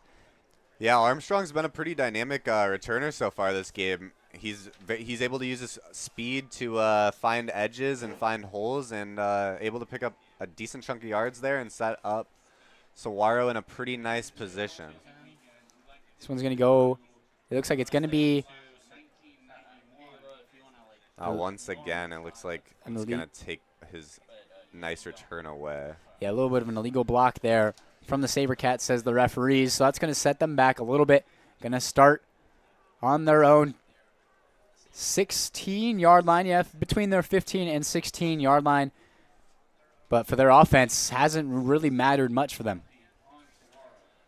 Yeah, it's really hasn't seemed to matter at all for Saguaro. They've been pretty dominant on offense, moving the ball at their own will, and we'll see if O'Connor has any sort of answer for this passing game. And Pinnell back in there once again to start this drive, something we've seen so far every drive for the SaberCats. Going to hand it off to Strozier. Strozier cuts it up the middle, takes some contact after a gain of 2. Yeah, that was a nice play there by Strozier. It looked like he might not really pick up very much, able to keep fighting and pick up 3 yards on the play and set up 2nd and 7 there. Very active feet for Strozier in the backfield. He's never not moving, chopping his feet. That's what lets him get some positive yards when there's a bunch of traffic at the line of scrimmage. And that's exactly what coaches want to see. That's exactly what they emphasize at practice. Keep the feet moving. Strozier to the right of Pinnell. Pinnell going to roll out to his right. Finds number 12, Elijah Jackson, and he's going to slip, and we'll see if he's just short of that 1st down. It looks like they're going to mark him just short, bring up a very manageable 3rd down for the SaberCats.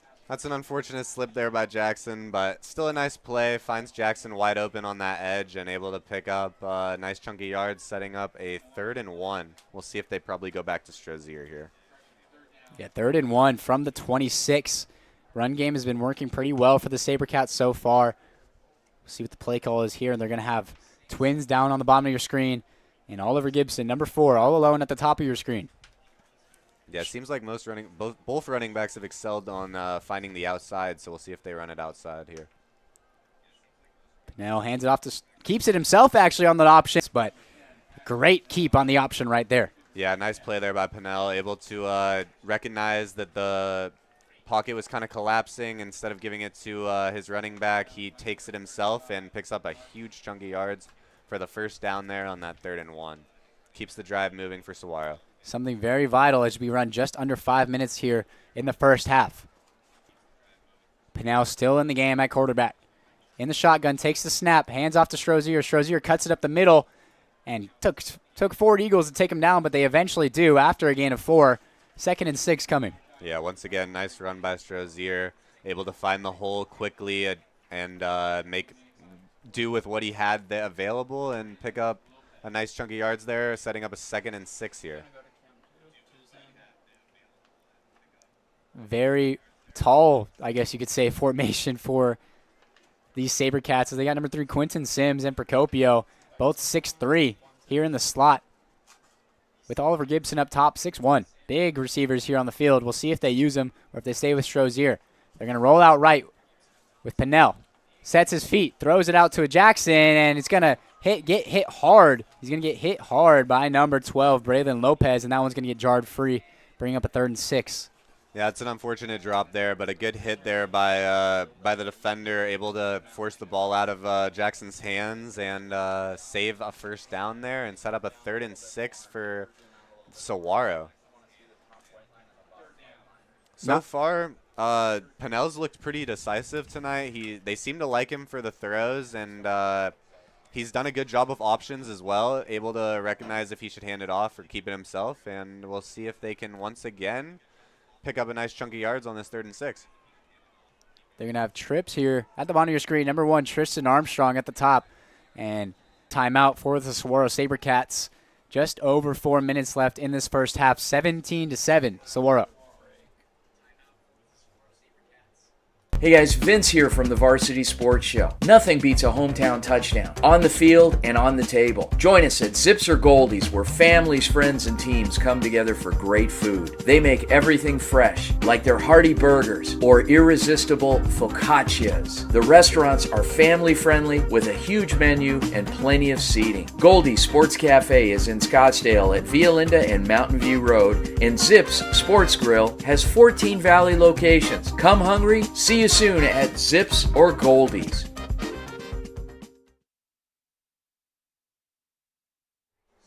Welcome back here to Saguaro High School for this game between the Saguaro SaberCats and the Sandra Day O'Connor Eagles here on the Varsity Sports Show. And Adam, 17-7 for the SaberCats. They have the ball again, and they'll get the ball at halftime. How can they really close out these last 4 minutes strong? Yeah, I mean, I think if they could put the ball in the end zone here, it would be huge. They deferred on the kickoff, so they are going to get the ball to start the second half. So, I mean, scoring here would be absolutely humongous for the program, and it would set them up very nicely coming out of the halftime. Trips again to the left of Pinnell, who's in the backfield with Strozier. Armstrong all alone at the top of the screen. Pinnell looks to his left, but QB run, going to take it up the middle, gets around the 45 and slides down after getting the first down with ease. Nobody over the middle of the field for the Eagles. Yeah, once again, good decision there by Pinnell, able to recognize that his receivers weren't open, or at least from what he saw, and just decides to take the ball himself up the middle and picks up a nice chunk of yards, setting up a first down here at the O'Connor 45. And we're going to have Oliver Gibson at the top of your screen and 3 6-foot-plus receivers at the bottom of your screen. Pinnell in the shotgun right at his own 50. Trying to stick this one in one more time, get a bigger lead for the SaberCats. Takes the snap, drops back. Swings it out to Strozier with one man to miss, and he gets tackled by that one man for a little bit of a loss of 1. Great open field tackling by the by the Eagles. Number 2, Corin Ely. Great open field there. Yeah, that was a great tackle. Able to just chase down the man, not let him make a miss, and get the tackle there for a loss of yards, setting up a 2nd and 11 here, and we'll see how Saguaro answers. I would guess maybe they try a run here to just soften the 3rd down, but we'll see what they go to. Yeah, we're going to have a new running back in here, number 30, Brig Randall, coming in for Strozier. Going to be alongside Pinnell. In the backfield, you have Strom, number 11 right there at the bottom of the line of scrimmage for you. Twins to your left. Takes the snap. Drops back as Pinnell. Going to try to take a deep shot. Try to find Gibson. And just overthrown and intercepted. Number 13, Stockton Hunter for the Eagles, making an insane interception. And huge momentum for the Eagles, and their sideline is hyped. Wow, that's a complete shift. It looked like Saguaro might have had a chance to go down and score some points there. A little overthrown to his receiver, and just a great catch there by the defender, one-handed, able to bring it in, and that changes everything. If O'Connor can get the ball in the end zone here, at least put some points on the board, definitely hurts the Saguaro momentum. But, I mean, so far Saguaro's looked pretty good tonight. After those tough, devastating loss the past few weeks, finally able to get a nice lead to start the game, and we'll see if they can just maintain it in the second half. It's going to be a handoff to Adanju to start this possession, and he's going to lower his head, get a gain of 7. Second down coming up for the Eagles, but, I mean, Stockton Hunter, Litz is a strong safety, the senior.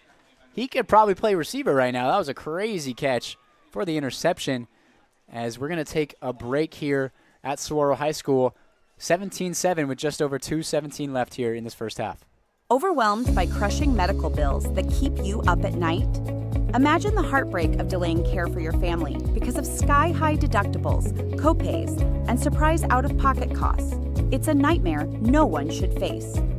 At Fountain Hills ER and Medical Center, we've partnered with Instinctive Health Pass to deliver Health Pass, your emotional lifeline for true peace of mind. Visit instinctivehealthpass.com today.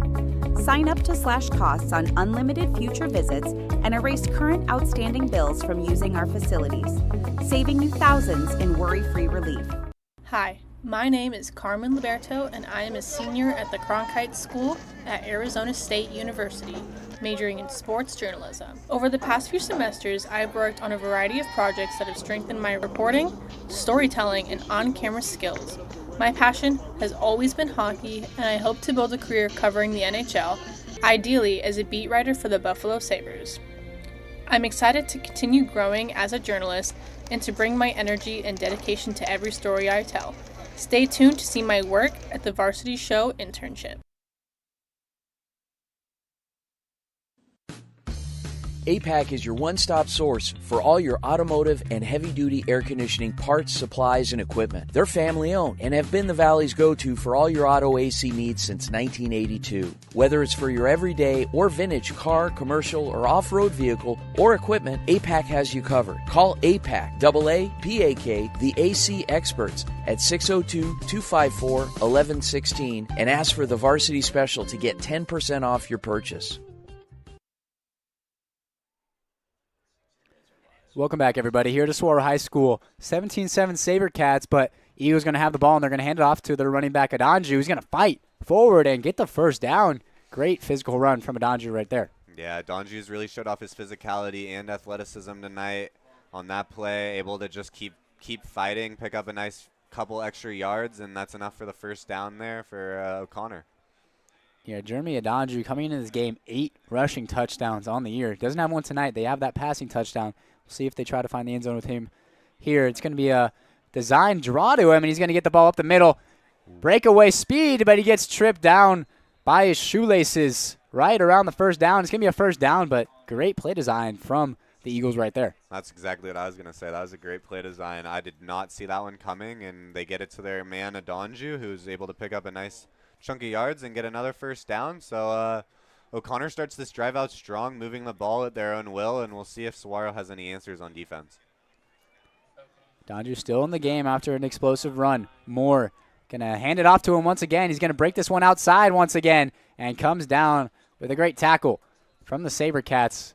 Gain of around 4 or 5, and everything right now is positive for Adanju and this Eagles offense. Yeah, once again, Adanju just using his speed, getting to the outside, and able to pick up a nice chunk of yards. There was a good tackle there by the Saguaro defender to not give up any more than 5, but it seems like they're really relying on Adanju tonight, O'Connor, but with only a minute 18 left on the clock, and I'm guessing around 2 timeouts left after this one. Just 1 timeout. Actually, they just used their last timeout, O'Connor did, so they're going to have no timeouts, a minute 18. What's kind of the plan attack? It's hard to run the ball that far. What's kind of the plan attack here passing-wise if they have to? I mean, I think you got to go for shots on the outside, try to get out of bounds. Runs, you can do them, but you've got to be really quick if you're going to run it, so maybe we'd see like a play action type of play here, and maybe they'll look for one of their receivers, probably running like a corner out of some sort. They're going to have Adanju in the backfield once again. I mean, him and Moore have been in the backfield together for I think every play offensively for them this game. Going to have trips to his right to the bottom of your screen. Moore is going to drop back to pass, find Simon over the middle, and he's going to get another first down. Stops the clock, but they're going to have to work quickly here. First down, Eagles on a pass play to Jackson Simons. Yeah, unable to get out of bounds, but they were really quick to recover there, and they're going to snap it with roughly a minute left on the clock. Moore takes it, fakes the pass to the left and just takes some contact. Falling forward, gets a gain of 2. Got to go quick, no timeouts. 55 seconds left in this first half. Want to get in the end zone as Saguaro gets the ball to start this second half. Moore takes a quick look at the clock, turns back around in the shotgun, takes the snap. Looking to his left, trying to find Simons once again. One-on-one coverage and good defense by Saguaro, number 25. Mitchell, Great defensive play right there, swatting that ball away. Yeah, that was a great defensive play right there by Mitchell. It looked like they may have had a shot out there, but Mitchell able to track the ball down, keep his eyes on it, and get his hand out there and swat that down. And it's a great play there by Saguaro not to give up the yards, but it also works in O'Connor's favor. That stops the clock. 38 seconds left. 3rd and 8. We'll see what they have in store. 3rd and 8. Student section for Saguaro getting loud. 3rd and 8. Takes the snap. Moore looks to his left. Screen to Adonju. Adonju catches it, and he's going to go out of bounds. Well short, around 4th and 5 or 6 coming up, but gets out of bounds, stops the clock. 31 seconds left in the first half. We'll see how aggressive they are, and it looks like they're going to bring the punting unit on again for the 4th time tonight.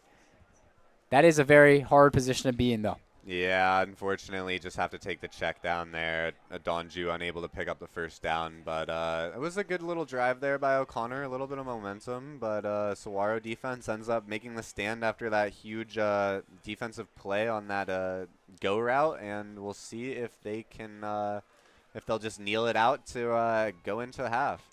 Gimbal, 4th time, gets it off once again. This one going to bounce and take a very friendly Eagles bounce just outside the 10-yard line. It's going to be on the 11 for the SaberCats when they get this ball. 21 seconds, 1 timeout. How aggressive do you see them being? I mean, up 10, I don't think you play too aggressive here. I've seen teams try to play aggressive on these, end up throwing a pick 6. So I think they probably just take a knee here. Maybe they run the ball and just see if maybe Strozier can come up with some miracle breakout, but I think O'Connor is probably going to be pretty keyed in on that, and more than likely we'll just see him run out the clock as they get the ball at second half. Yeah, that is another big thing. The SaberCats get the ball to start the second half. So going to be something to watch out for, see if they can extend that lead even more. Pinnell going to be in the backfield once again with Strozier. Seen a little bit of a hit mix of him and Marcel Jones. Haven't seen Marcel Jones for a couple of plays. See him on the sideline right there, number 7, but Pinnell takes the snap, hands it off to Strozier, and he's going to get tackled right at the line of scrimmage. See if Saguaro tries to take their timeout. I'm going to guess they're just going to run it out here, Antonio. Yeah, 10 seconds left. New play clock, and they're just going to let this one go to halftime. They're content with the 10-point lead, and what have you seen so far from them through this first half? So far, the Saguaro offense has looked pretty good. I mean, besides that unfortunate interception and that one drive that stalled near the end zone, I mean, have they punted tonight? They have not. Yeah, I didn't think so. So, I mean, if you're Saguaro, you can't be too mad about that. That interception was pretty miraculous. I think 9 times out of 10, that's an incomplete pass, but defender makes a good play there, and unfortunately for Saguaro, that ends up being a turnover. At halftime, it's Saguaro 17, Sandra Day O'Connor 7, and we're going to send this one down to a sideline report from Abigail Hardy. I'm Abigail Hardy with the Varsity Sports Show, and Saguaro is up 17-7 here going into the halftime. It is a great game here tonight. It's the homecoming weekend. The stands are here. The sideline is roaring. We have the court about to come out right now. Stay tuned. The game's not over. The game is not over yet. We'll see you after the half. I'm Abigail Hardy. My name is Dana McDermott, and I'm a junior in the Walter Cronkite School of Journalism and Mass Communications at Arizona State University. I am looking forward to the opportunity to get some hands-on experience and dip my toes into this industry. I've called water polo, softball, and I've broadcasted on the sidelines for high school football and basketball. I'm so excited for what this internship's going to give me.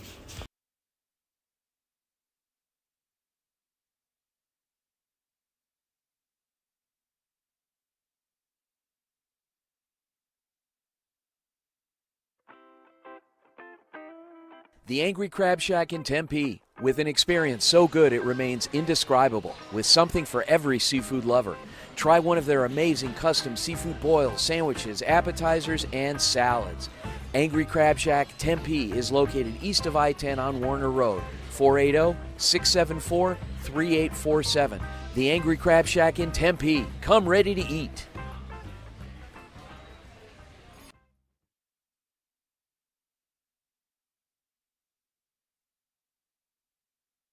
Hey guys, Vince here to talk about Angel Dentistry. It's where my wife and I have gone for over 10 years, and we trust them with our routine and extensive dental care because they care. Dr. Amber Angel is an Arizona native, born in the town of Miami, and has been practicing in the Valley over 20 years. For general to comprehensive dental services, call 602-788-2008. Located off of Cave Creek Road just north of the 101 in North Phoenix. Angel Dentistry, proud supporters of our young people and proud partners of the Varsity Sports Show.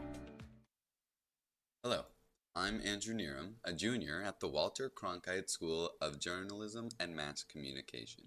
I'm excited to show the Varsity Sports Show everything that I can offer on any side of production as I express my love for this business throughout the fall of 2025. This is Anastasia Rastelli from the University of Arizona reporting with the Varsity Sports Show, giving you the latest in WNBA news. The Phoenix Mercury made it into the finals by eliminating the top-seeded Minnesota Lynx in a dramatic 3-1 series win. Down double digits in multiple games, Phoenix rallied behind big performances from Alyssa Thomas, Satu Sabali, and Dewana Bonner to storm past the Lynx. On the other side, the Las Vegas Aces survived a tough semifinal against Indiana, setting up a final showdown between a proven contender and a resilient underdog. This year marks a milestone. The WNBA Finals have expanded to a best-of-7 format, adopting a 2-2-1-1-1 structure, giving more room for swings and drama. So far, the Las Vegas Aces have jumped out to a 2-0 lead. Game 1 was a tight 89-86 win for the Aces. In Game 2, they flexed their dominance, winning 91-78 behind a finals record 21-point quarter by Jackie Young, plus 28 and 14 from Aja Wilson. For Phoenix, Copper led with 23 points, Sabali added 22, and Thomas chipped in despite foul trouble, but it wasn't enough to match the Aces' balance and firepower. As the series shifts to Phoenix for Games 3 and 4, the Mercury will lean heavily on home court energy and adjustments, defensively and offensively, to try and even out the series. The WNBA season is finally wrapping up. Let's see what the finals have in store for us. This is Anastasia Rastelli with the Varsity Sports Show. Coming into the 2025 season, high off its first college football playoff appearance in program history, one of the immediate gaps that the Arizona State Sun Devils would have to fill is replacing the production of star running back Cam Skattebo. Skattebo was drafted in the 4th round of the NFL draft following a legendary Peach Bowl performance that fueled an epic comeback that fell just short in an instant classic with 284 total yards from scrimmage. The obvious answer seemed to be Kyson Brown, who is Skattebo's backup in 2024 and performed well in blowout victories over Wyoming, Oklahoma State, and Arizona. Unfortunately for Kyson, however, an injury in a homecoming game against Mississippi State would knock him out for 2 weeks. Both Relique Brown and Kanye Udo took the opportunity and, no pun intended, ran with it, each going for over 100 yards in the disappointing loss. Relique has gone for over 100 yards from scrimmage in each of his last 4 games since the injury to starter Kyson Brown. Even with Kyson Brown's return, Relique has continued to receive first-team reps and the majority of carries for the Sun Devil offense. Kyson received a higher percentage of carries in the Friday night blackout game against then number 24 TCU, but struggled in the opportunity as he could not reach 2 yards per carry over 7 attempts. ASU football head coach Kenny Dillingham was very high on Kyson Brown coming out of spring camp, saying he was stronger and faster than ever, so you may expect to see Kyson Brown start to receive near first-team reps again as the season continues. On the other hand, you can't remove a running back who produces as strongly as Relique Brown has since he was given the opportunity. It will be interesting to see how Dillingham manages the backfield usage moving forward. Fucking bang, bro. Hell yeah. Hi everyone, this is Patrick Cohn with Varsity Sports Radio, bringing you the best that sports has to offer. This week, I'll be doing a preview of the Arizona versus BYU football game happening this Saturday, October 11th, here in Tucson, Arizona at Arizona Stadium.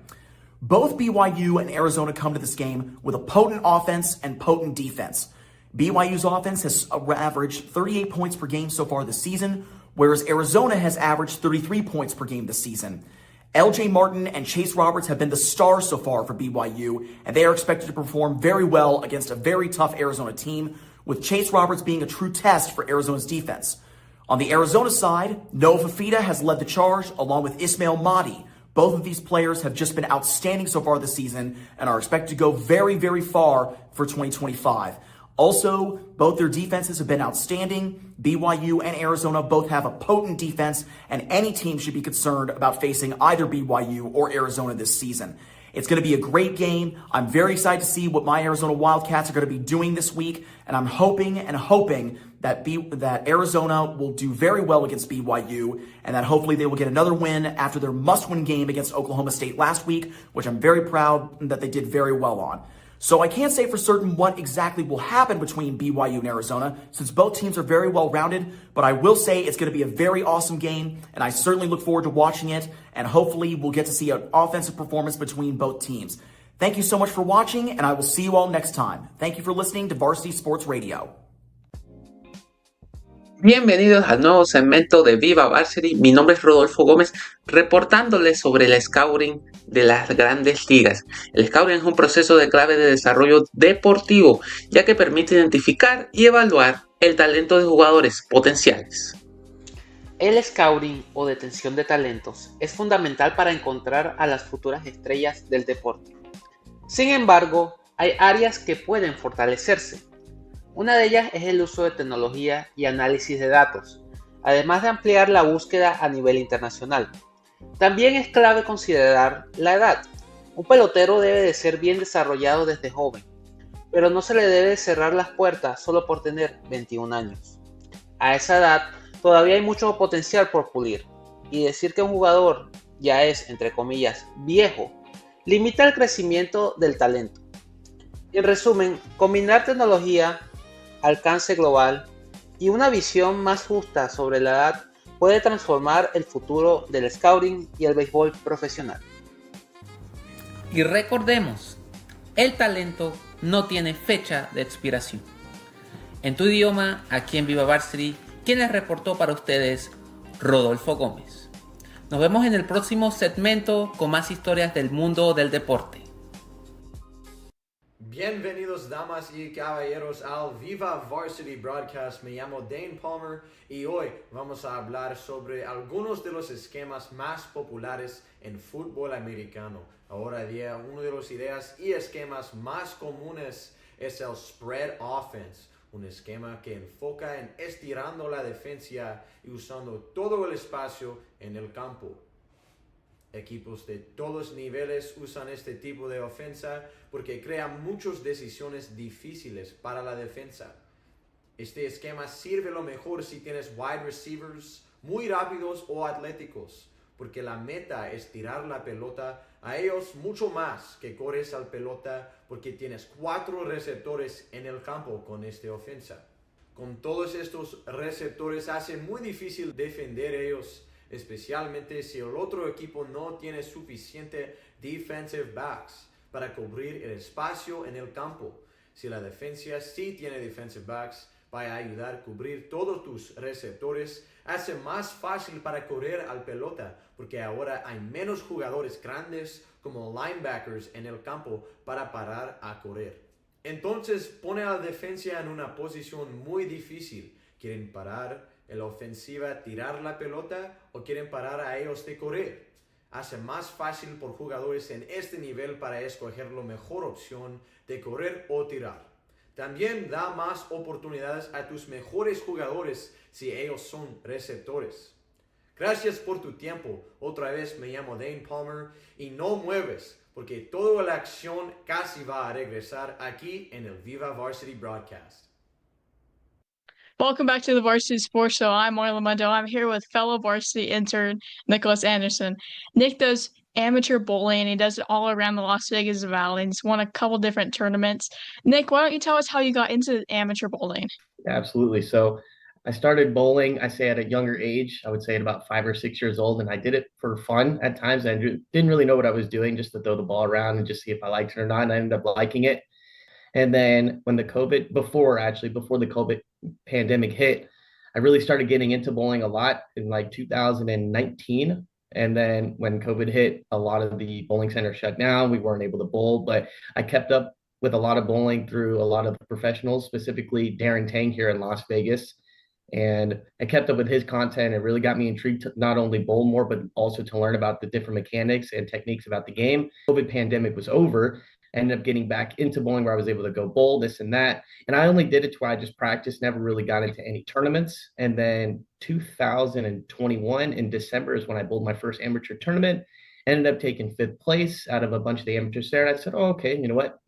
For my first tournament, I feel like maybe I stand a chance. I could do really well. And then over the years, I started slowly but surely getting better and better, maybe winning about a tournament or two a year. And then finally, 2025, I think I've hit really my stride where I've really won a good amount. And I think in a majority of my tournaments this year, I'm really cashing, which is really cool. So what has been the best or the biggest tournament you've won so far? I would say in February this year, actually on my father's birthday on February 11th, I bowled this tournament called the Big Kahuna, which I'm actually going to be bowling this weekend. It's back in October, but the one I won back in February, I went through 24 games. I averaged 240, was by far my best performance. I ended up taking first by a mile, and it was just a really fun experience. About, I would say, big tournament, probably about 5 to 6K I made in that tournament. So it was a big winning for me. It also gave me a lot of confidence moving forward, and was definitely by far the bright point going into this year. Once again, I'm Marla Mundo with the Varsity Sports Show, and I was here with Nicholas Anderson, our amateur bowler. I'm Gregory Graves with the Varsity Sports Show, and the Arizona College Basketball Sports Year is right around the corner. In Tempe, Arizona State, men's basketball is entering a new chapter. Head coach Bobby Hurley has reloaded after last year's struggles, bringing in key transfers and young talent.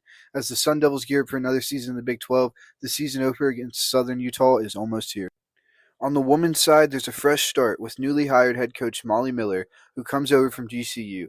Known for her up-tempo, pressure-heavy defense, Miller brings a culture of winning and a clear vision to turn ASU around after a tough rebuilding stretch. In Tucson, the Arizona Wildcats men's team enters the year with high expectations. Tommy Lloyd has reloaded with top-tier recruits and veteran leadership. One name drawing headlines, Bryce James, son of NBA superstar LeBron James, now joins the Wildcats. The Arizona women are out to prove they belong back in the tournament. With a mix of returning talent and incoming speed, the Wildcats are hoping to climb back toward national relevance in a stacked Big 12.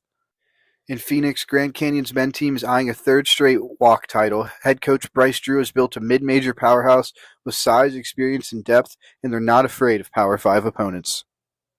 The Lopes women team brings a new era following Molly Miller's departure. With a solid core returning, GCU is focused on staying competitive in the WAC and building on the foundation she left behind. With new faces and new coaches, the Arizona Sports Year is sure to excite. For the Varsity Sports Show, I'm Gregory Graves. Hello, folks. J.R. Lambright here, where a local devotion to football reaches its height.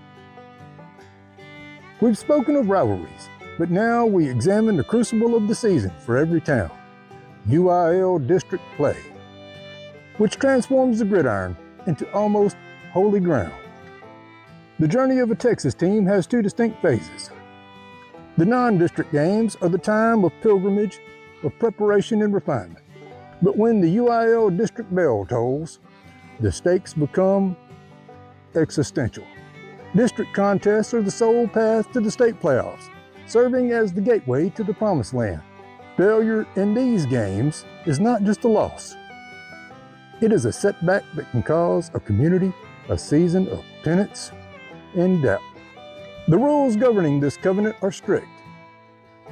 The University Interscholastic League, which stands as the high council of this institution, demands absolute adherence to its laws of eligibility and fair play. A single misstep, a violation of the academic standard, or a failure of attendance risks immediate penalty, uplifting the competition to a civic necessity. This makes the district schedule a measure of a community's competitive faith. For small towns, success in this portion of the schedule becomes a source of pride and often economic stability. This annual series of rights confirms the role high school football plays in the soul of the East Texas Piney Woods. This is Riley Hartman reporting for Varsity Sports.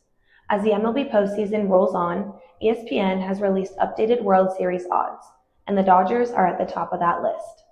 The 2025 postseason is currently heating up as the Dodgers, the Mariners, and all other contenders fight in one of the most competitive playoffs in recent years. The Dodgers secured their spot in the playoffs on September 19th with a 6-3 win over the San Francisco Giants. According to ESPN, the Dodgers are listed at plus 150 to win the World Series, making them the clear frontrunners. They're trailed by the Mariners at plus 375 and the Brewers at plus 425. With several powerhouse lineups still competing, the road to the Fall Classic remains wide open. This year's playoffs have already delivered plenty of drama and highlight reel moments. One standout moment came during the Yankees Game 3 on Tuesday when Judge hit a dramatic 3-run home run to tie the game 6-6 in the bottom of the 4th inning. During the 5th, Jazz Chris Holm hit a solo go-ahead home run, ultimately leading to a 9-6 Yankees win. In addition, during Game 2 of the series, just 2 days after leaving Game 1 with hamstring tightness, Jackson Cheerio sent a 101.1-mile-an-hour fastball to center field, making it the fastest pitch hit for a home run in the postseason with pitch tracking era since 2008. This ultimately led to a Brewers victory that evening as well. Even though the Dodgers remain the favorites, the postseason remains unpredictable, and we still have many more games until the World Series champion is crowned. This is Riley Hartman reporting for Varsity Sports. Hi guys, my name is Heaven. I'm here reporting live for Varsity Sports. Today we're going to be doing a recap of the Eagles game versus the Broncos. Now, let's get into it. The Denver Broncos just shocked the world with their defeat over the Philadelphia Eagles. They just handed them their first loss of this season and their first defeat since December. They came back with a shocking score of 21-17. The Eagles looked very dominant within the first half, first quarter, leading them 17-3. Heading into the fourth quarter, but somehow Denver was just able to really lock in. Their rookie quarterback, Bo Nix, he threw a touchdown, completed 2-point conversion, and led the game winning drive. Jalen, who did an absolutely wonderful job, threw for 280 yards with 2 touchdowns. But the problem was he was sacked so many times, and they struggled to finish their drive. I'm not sure if you all heard, but there is a little bit of tension with the team. Jalen Hurts and his wide receiver, A.J. Brown. Reporters have said the two have had a heated conversation. And then they also had a private team meeting to, clear it on Sunday, as Brown was quiet for most of the game and the offense lacked rhythm when Hurts tried to force the ball his way. And this is something that you don't want to see, granted, from a team who just won the Super Bowl. You don't want to see a team fall apart or just not be able to connect anymore after all the hard work that you put in last season and the hard work that you put in this season so far. All right, guys, that's my topic, and I hope you guys enjoyed my story today. Hello, everybody, and welcome back to Saguaro High School, where we have a game between the Sandra Day O'Connor Eagles and the Saguaro SaberCats, where the SaberCats are up 17-7 through one half. And Adam, what have you seen from the SaberCat offense so far? Yeah, so far the offense has looked really good. The run game is there, and the passing game, there's been some open receivers, been some shots that they've been able to capitalize on, and so far so good. I mean, there was the one tiny mistake on the interception, but it didn't end up costing them. The defense was able to hold. So far, all around, I would say it's been a pretty good game for Saguaro. I mean, they've struggled in these to close games out, so I mean, this second half is going to be all saying if they can turn it around and end up with a win in this one instead of a tough, heartbreaking loss. Yeah, playing all 4 quarters is the most important part in football. And for Saguaro, they've been running 2 quarterbacks tonight, number 7 Marcel Jones and number 10 Ashton Pennell, 2 seniors, getting some split time. We've seen a little bit more of Pennell so far tonight, though. Yeah, a little bit more of Pennell, but they seem to just swap them depending on the situation. So we'll see who they open up this half with. We've got a minute till kickoff, and Saguaro will receive. So we'll see if they can take advantage of deferring the ball in the first and maybe put some more points on the board and go up and put more of or number 16 for the Eagles, their quarterback. He's been playing pretty well tonight, making a good decisions, some drops on the receiving side from his receivers, but other than that, he's been handing the ball off a lot to number 1, Jeremy Adanju. What can you say about Adanju's performance so far tonight? Well, Adanju is a beast. Let's just say that. I mean, he is so explosive. He looks so quick. He looks like he's ready for college. I mean, is he committed, do you know? I don't think so, no. Wow, he seems like a good guy. I mean, I'd be surprised if he doesn't have some offers, but maybe he just hasn't committed. But yeah, as you were saying, also the quarterback, Moore, he's done a pretty good job tonight. I mean, I can't really think of any huge mistakes, just some drops on the receivers' ends that have hurt them, and we'll see if they can continue playing okay. And we're ready for some second half football here at Saguaro High School. It's going to be number 25, Cohen Horst, kicking it off for the Eagles. And it's going to be Meadows and, different returners here for the SaberCats, trying to get a little bit of a spark going. Meadows off to the right side back there. Yeah, that's interesting to see him swap it up, but we'll see what happens. Mitchell and Meadows back there to return the kick. It's going to go to Meadows. He's going to receive it on the 1. He's going to run this one out.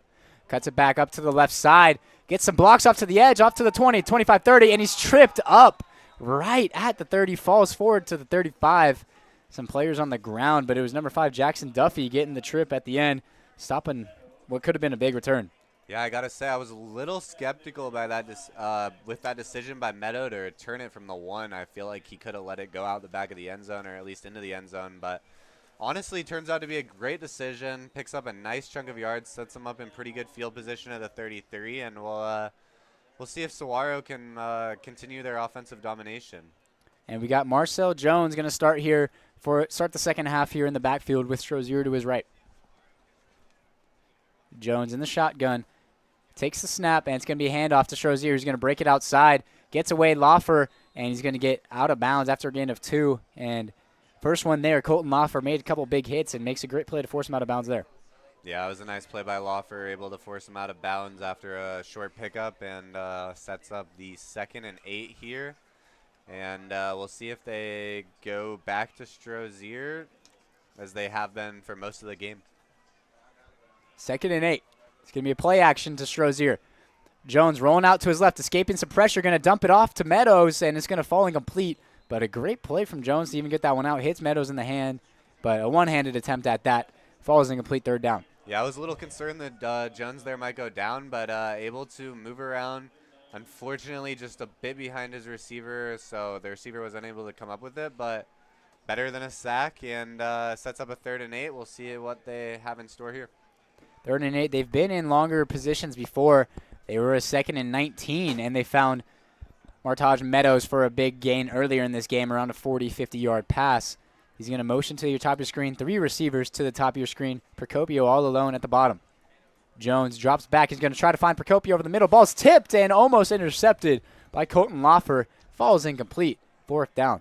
Wow, that was a breath of fresh air there for Saguaro after that ball went through the defender's hands. I know that number 9 for O'Connor, Colton Loffer, would love to have that one back, but lucky break there for Saguaro, and they'll punt it away for the first time tonight. Yeah, first punt, and it's actually me, the punt returner, kicking the punt. Tristan Armstrong, number 1, just loves being on special teams. He's been a great player on all sides, defense, offense, special teams too.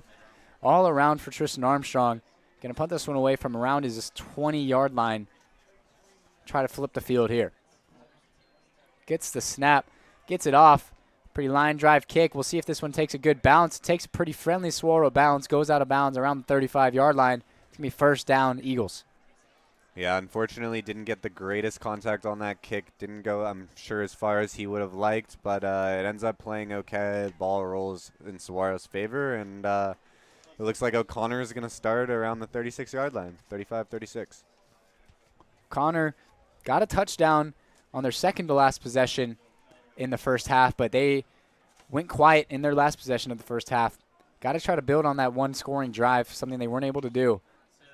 Yeah, they had that interception towards the end of the first half, but unable to capitalize. And now they get the ball back after that 3 and out, and we'll see if they can maybe put some points on the board here. Brody Moore back in the backfield. Twins to both sides of him on the line. Going to take the snap, going to pump fake to Adedanju, and he's going to keep it. Moore getting to the outside and gets thrown forward by Strom. First down, though, Eagles. Great read on the option play. Yeah, that was a great play there by Brody Moore. Just able to just take the ball and take off with it and pick up a nice chunk of yards. Another first down to start the drive. That's what you like to see, a little bit of momentum. We'll see if they can put together a nice play like that again.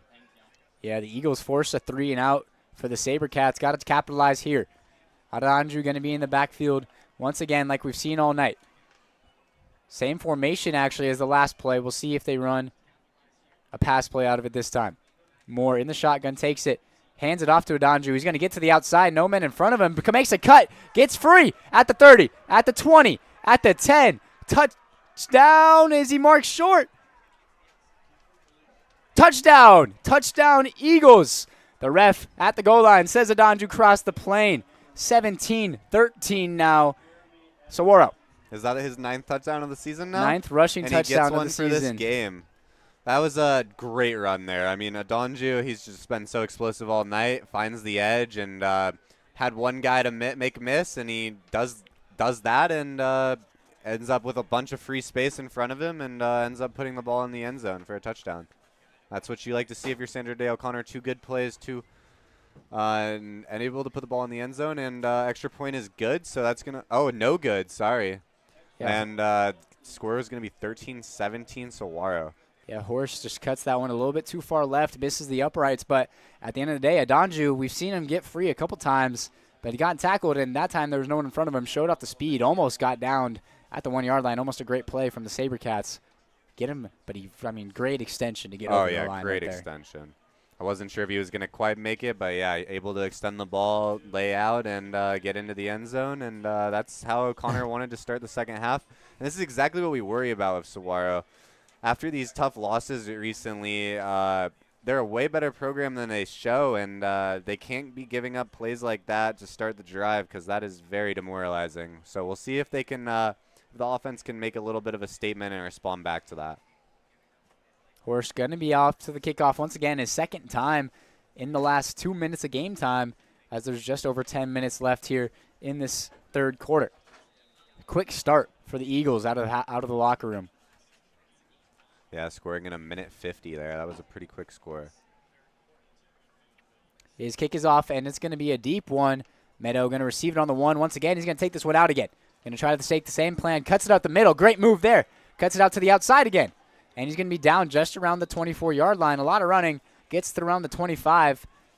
But some great moves to get that 25-yard line. Yeah, once again, a great return there by Meadow.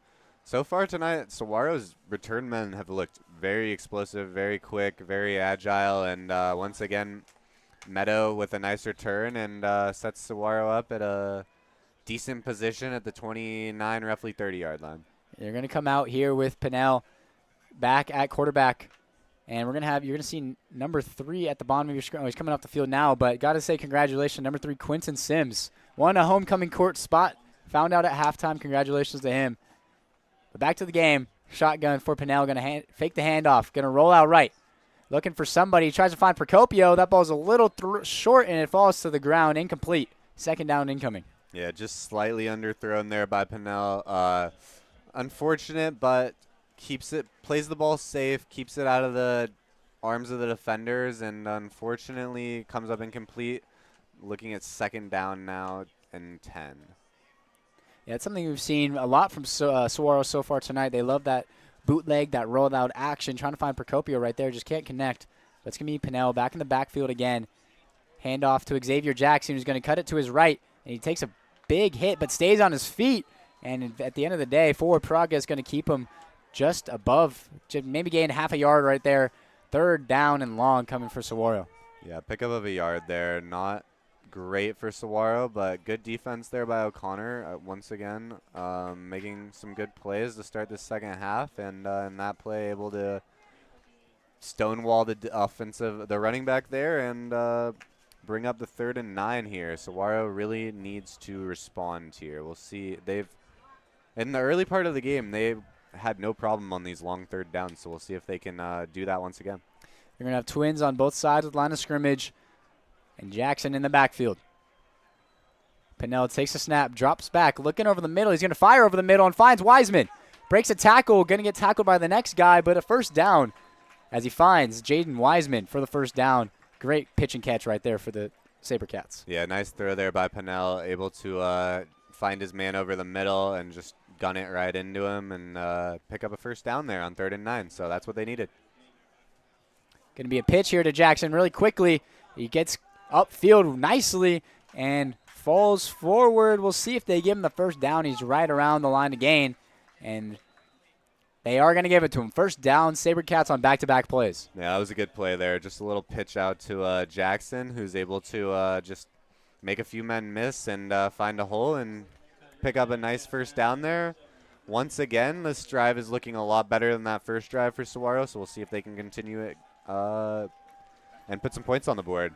Yeah, back-to-back first downs as Brig Randall is going to come into the game to relieve Jackson, number 30. Going to be back there with Pinnell. Trips to the left again. All alone at the top of your screen, Tristan Armstrong. Going to be a handoff to Randall, and he's going to get a gain of around 3 or 4. Second down coming up. Yeah, good tackle there by O'Connor, but not a bad run there by the running back. Able to pick up a few yards there. It's set up a 2nd and 6 here. Big receivers at the top of your screen. You got 6'1", Tristan Armstrong, and 6'3", Jaden Wiseman. And they're going to actually throw it to the bottom to Meadow. Fumbles a little bit, but makes the catch in the end and gains around 1 before a great tackle from Loffer once again. Yeah, unfortunately, Meadow a little slow to secure the ball there. Gave the defender a little bit of time and unable to pick up more than a yard there on that play. But we'll see what Saguaro has in store in this 3rd and 5 here. Yes, like you said, 3rd and 5 on the 45 for the SaberCats. Pinnell still in the game with Randall to his right. Takes the snap, rolls out to the right. Looking, and he's going to try to find to Armstrong, and he does. First down, SaberCats, good pitch and catch, rolling out to the right from Pinnell, finding Armstrong, gain of around 15.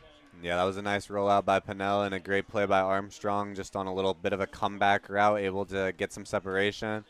Pinnell, a little bit of anticipation, throws it to his guy and finds his man for the first down on that 3rd and 5 there, and out comes Marcel Jones. So little quarterback switch. Kind of surprised. Pinnell's looked pretty good so far this drive, but they like their rotation, so we'll see what happens. See if they can use the rotation, catch the Eagles off guard. Jones now in the backfield.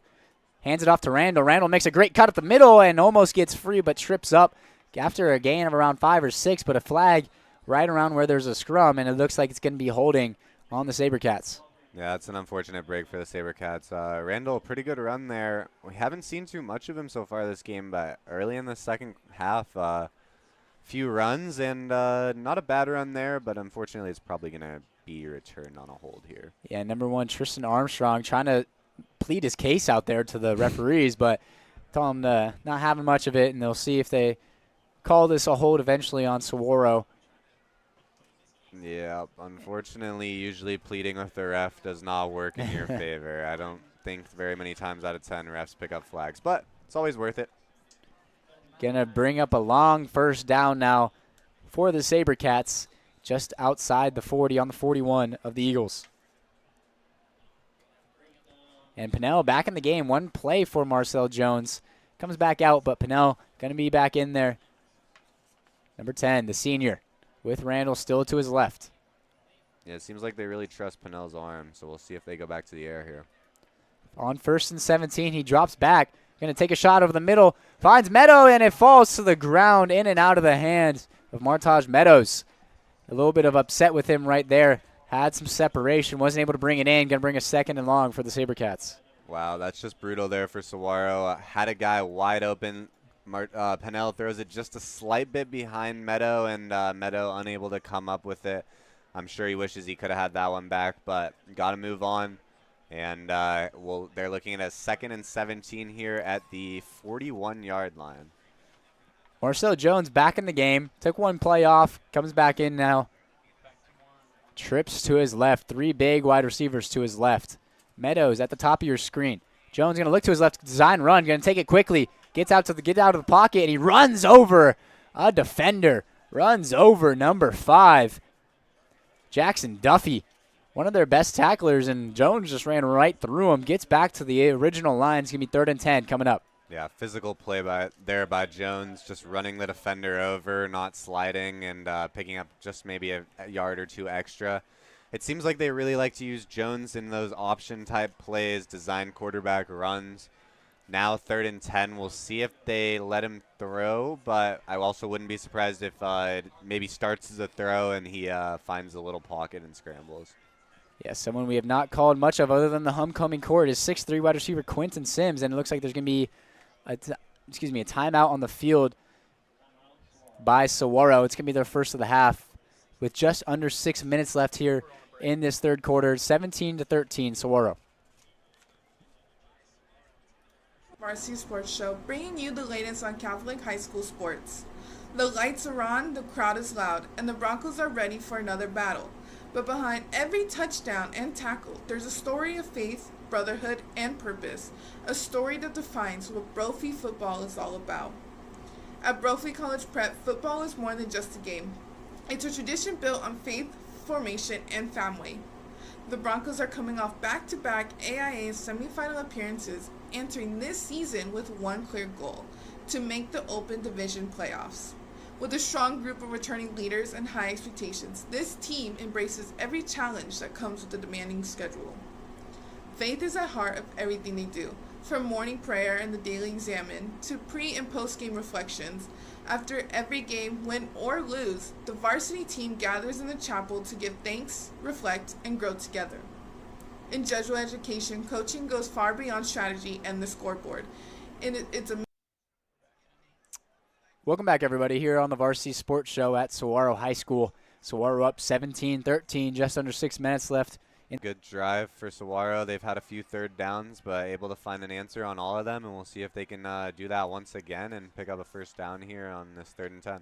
Sacramento State commit. Marcel Jones going to drop back, throw it deep, finds Quentin Sims inside the 10, reaching for the pylon. He's going to be thrown out of bounds just short. The homecoming court man, Quentin Sims, gets the 1st down. 3rd and 10 converted. Another big conversion for the SaberCats. Yeah, just as you were saying earlier, just a few seconds ago, Antonio, we hadn't seen much of him, but right after you said that, you might be a mind reader. It went right to him. Great play, able to get open and pick up, once again, another 1st down on a 3rd down. And now 1st and goal at the 2-yard line. We'll see if Saguaro can punch it in and go up, get at least 6 more points on the board. Jones and Randall in the backfield, and Jones going to keep it himself. Gets to the outside, nobody there. Touchdown, SaberCats. Marcel Jones finds the end zone for the first time tonight.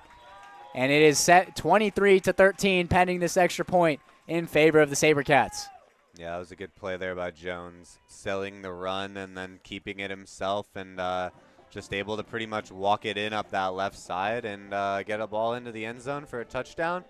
Saguaro up 10 again, once again, and we'll see if they can make it 11 with this extra point that is pending.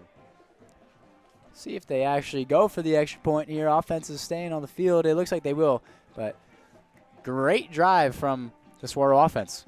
Yeah, I mean, a lot of 3rd downs and answers on all of them. I don't think you can ask for more. Able to get the ball into the end zone as well and respond back to that hot O'Connor start. So that's definitely going to be a little demoralizing for O'Connor, and that's exactly what the SaberCats need as they've struggled to close out games this season. Pending this extra point. Great response from the SaberCats, like you said. But O'Connor going to have to come back out here. Going to be down. Now they're down 10. With pending the extra point, maybe 11. It's going to be a 2-possession game either way. What are they going to have to continue to do on offense? For O'Connor? Yeah. Yeah, I would say O'Connor needs to, as the last drive they had a lot of momentum, so just using, they need more to step up quite a bit as he has been in the recent few quarters, and as well they're going to have to heavily rely on Ndonju, who's they're one of their most explosive players, if not the most explosive player on that team. And the more you rely on him, the more the defense is going to bite the run, and it will open up some deep shots for the O'Connor offense. Yeah, they scored that touchdown on Adonju, 50-something yard. That was a close, great run. yeah. Huge run. But the last touchdown they scored was using that run and getting the middle of the field open. They had to load the box against Adonju, so you have the slant wide open. So he obviously plays a huge role for them, and he's been great so far for them tonight. Yeah, he's definitely a hard player to plan for, just with how explosive he is, just so quick, so agile, able to make something out of nothing on a lot of plays, and we'll see if he can continue that. But we're waiting for Saguaro extra point here, and we'll see if they can go up 11. Yeah, Dionisio Salgado, and he does not get that one through. His first miss of tonight keeps this one at 23-13. Yeah, that's pretty big there for O'Connor. Keeps it a little more manageable. No two-point conversion now in play, so we'll see if they can capitalize on that. But Saguaro's defenses look pretty stout besides that last drive, so we'll see if they can regain their identity and maybe get a 3-and-out or at least some sort of stop here on O'Connor. Yeah, the passing offense just has not really been there so far for O'Connor tonight. It's been a lot of Adonju out of the backfield. There's nothing wrong with that, though. He's getting it done, and they're only down 10. Exactly. But you got to feel like that might be a key for them, something they circled in the locker room at halftime to get back into this game. Down 10 now. We're down 10 at halftime as well. Yeah, if it ain't broke, don't fix it. I think you just feed your running back, and until Saguaro has an answer, then you probably throw at that point. But definitely got to use your best players, so I wouldn't be surprised if they rely heavily on Adonju once again. And we spoke about number 3, Quentin Sims, winning homecoming court. Made a great catch right there, but one other football player actually won freshman homecoming court. Number 84, Kruger Parker, the tight end. He won it too, so congrats to Parker. Congrats to Sims. Oh, have fun at homecoming, yeah. Oh, absolutely, yeah. That's a pretty nice honor, I guess. Yeah. So I'm sure they're looking to make it even nicer with a win tonight at the homecoming game. I'm sure that always feels nice in front of the home crowd, which it was packed earlier. Dwindled down a little bit, but still pretty full for the student section. They've been loud. There's been some penalties on O'Connor. Yeah, there was some threat of heavy rain before this game, so maybe that deterred a little bit of the fans from showing up. But still a good show out, and we'll see what O'Connor has in store on this return here. It's going to be Javen Young, and he's going to get tackled right away by Tristan Armstrong. I said his name double-digit times tonight for sure. Armstrong just everywhere. Special teams making the play right there. Yeah, Armstrong's been all over the field offense, and here we see him on special teams making a good play, and it looks like he's going to stay out on defense as well, so little Travis Hunter-esque player. Travis Hunter that played special teams too. Exactly. He just does everything. He's an athlete. That's what you like to have. And Moore going to be back out there once again. Brody Moore, the junior, number 16, has led the ship fairly well so far tonight for the Eagles. We'll see if he can get the arm going a little bit more on this drive. Going to be in the shotgun with Adonju to his left. It's going to be handoff to Adonju. Going to get contacted right at the line of scrimmage, and there's 5 gold jerseys there to take him to the ground. 2nd and 10 coming up. There we go. Some good defense by Saguaro. That has to have been something they were talking about on the sideline. Just can't let it. If you can stop Adonju and force O'Connor to throw, that's where they might make some mistakes. So we'll see if they have an answer for Adonju on this drive, and maybe they can get the ball back. They're going to need a little bit of a change of possession, change of momentum here. It's going to be fake to Adonju. He's going to go outside to Jones. Jones going to try to get to the edge, but he's going to be met instantly. Great tackle there from the SaberCats. 3rd and 5 coming up. Yeah, that was Price, number 18, on that tackle there, able to track down the wide receiver and give up a very minimal gain. And that's what you like to see if you're Saguaro's defense. Now, looking at a 3rd and 7, we'll see what O'Connor has in store. You can definitely see the effect that Adonju has on this game. Even on that last throw, everyone was heavily committed to him, but great play by the cornerback to tackle the receiver on that edge.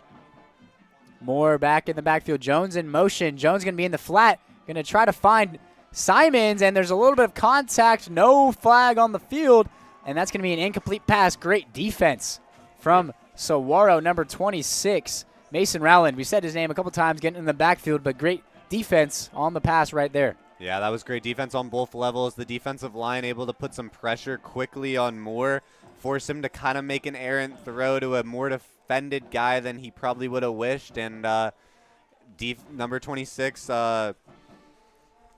Rowland able to make a nice play there on defense and force a 3 and out. And David Kimball back onto the field and almost gets that one blocked, but gets it off to Armstrong. Armstrong going to call for the fair catch at the 39-40-yard line. Great starting field possession for Saguaro. That one almost got blocked. Yeah, that was a close one, but able to get the ball off, and fair catch there by Armstrong, and we'll see what this Saguaro offense has in store on this drive. Yeah, with just under 4 minutes left here in this third quarter, already up 10. And your defense has been playing great so far tonight. This is very much a statement drive for Saguaro. Yeah, I mean, if they can put points on the board here, the game starts to get a little more out of hand for O'Connor, and that's what you'd like if you're Saguaro. So we'll see if they can capitalize on that, the offensive momentum they've pretty much had all night. I mean, only one punt, that interception have been the only real mistakes for the Saguaro offense. So we'll see if they can continue their dominance. Pinnell in the backfield. Still Randall with him in the backfield as well to his right. It's going to be a handoff to Randall. Randall going to cut it outside, and he's going to drag Duffy for more yards. Drags Jake Duffy for around 5 or 6. Second down coming up. Yeah, nice physical run there by Randall, able to break first contact and just keep the legs driving, and able to pick up a nice few more yards after initial contact and set up a 2nd and 3 here. 2nd and 3. Pinnell hands it off to Randall once again. This time met right at the line of scrimmage and going to be down right there as well. 3rd down coming around midfield. Yeah, good defense there by the O'Connor Eagles, able to get some penetration, stop the run quickly, and not give up any gain. But actually it was a loss of 1 yard, so nice play. 3rd and 4, we'll see. Pretty manageable. I wouldn't be surprised if we see a run or maybe a quarterback designed run.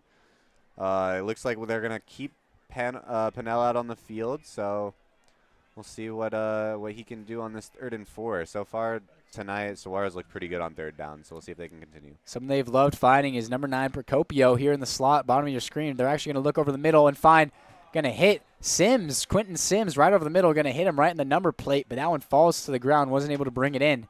4th down looming for the SaberCats. Lucky break there for O'Connor. Quentin was pretty open there. I mean, I could say wide open. Unfortunately, ball goes through his hands, hits his body, falls to the ground, and a little bit of a break there for O'Connor, and they'll look to receive the ball with 2 minutes and 30 seconds roughly in this 3rd quarter.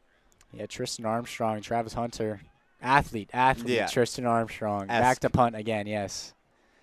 Back to punt for only the 2nd time tonight, and it's actually going to be number 12, Braylon Lopez, returning. Oh, it's a fake, and they get it to their big man. Procopio, but he's going to be marked short. It's going to be a turnover on downs. They try the fake with Procopio, the big man, 6'3", 225, and just not enough to get the first down, and O'Connor's going to have great field position to start this drive.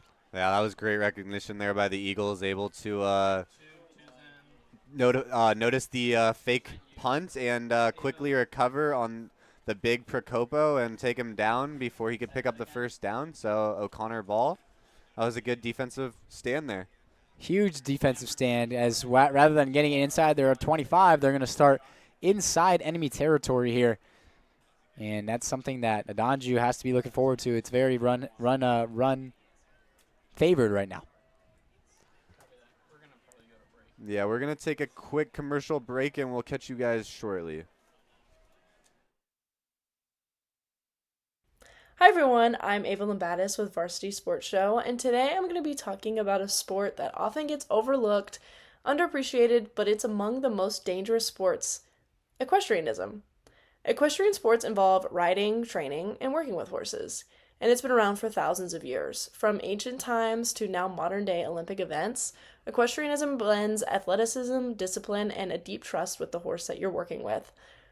There are many types of equestrian disciplines.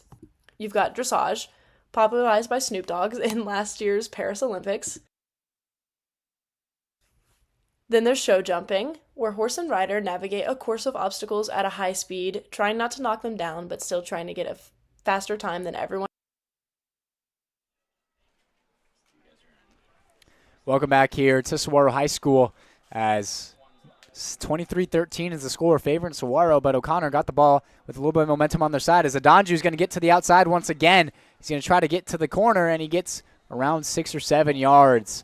Second down coming up. Yeah, that was a great run there by Adanju.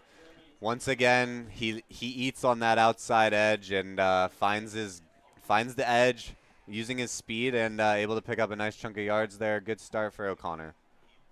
Great start for O'Connor here on their possession. After getting that turnover on downs, they really want to turn this into points. It's going to be Moore in the backfield with Adanju to his left, something we've said multiple times tonight. They love that shotgun formation. They're going to stay it in it here. Fake the handoff to Adanju, and that pass sails out of the hand of Moore as he goes flying, getting hit. Some pressure on him, but trying to find number 22, Preston Martin. Just sailed it over his head. Third down coming up. Yeah, he had him once again. Fake the run to Adanju. It opens up for the receiver, and unfortunately the defensive pressure there by Saguaro proves to be too much as Moore kind of throws an errant ball a little high, and his receiver's unable to come down with it, setting up a 3rd and 4 here.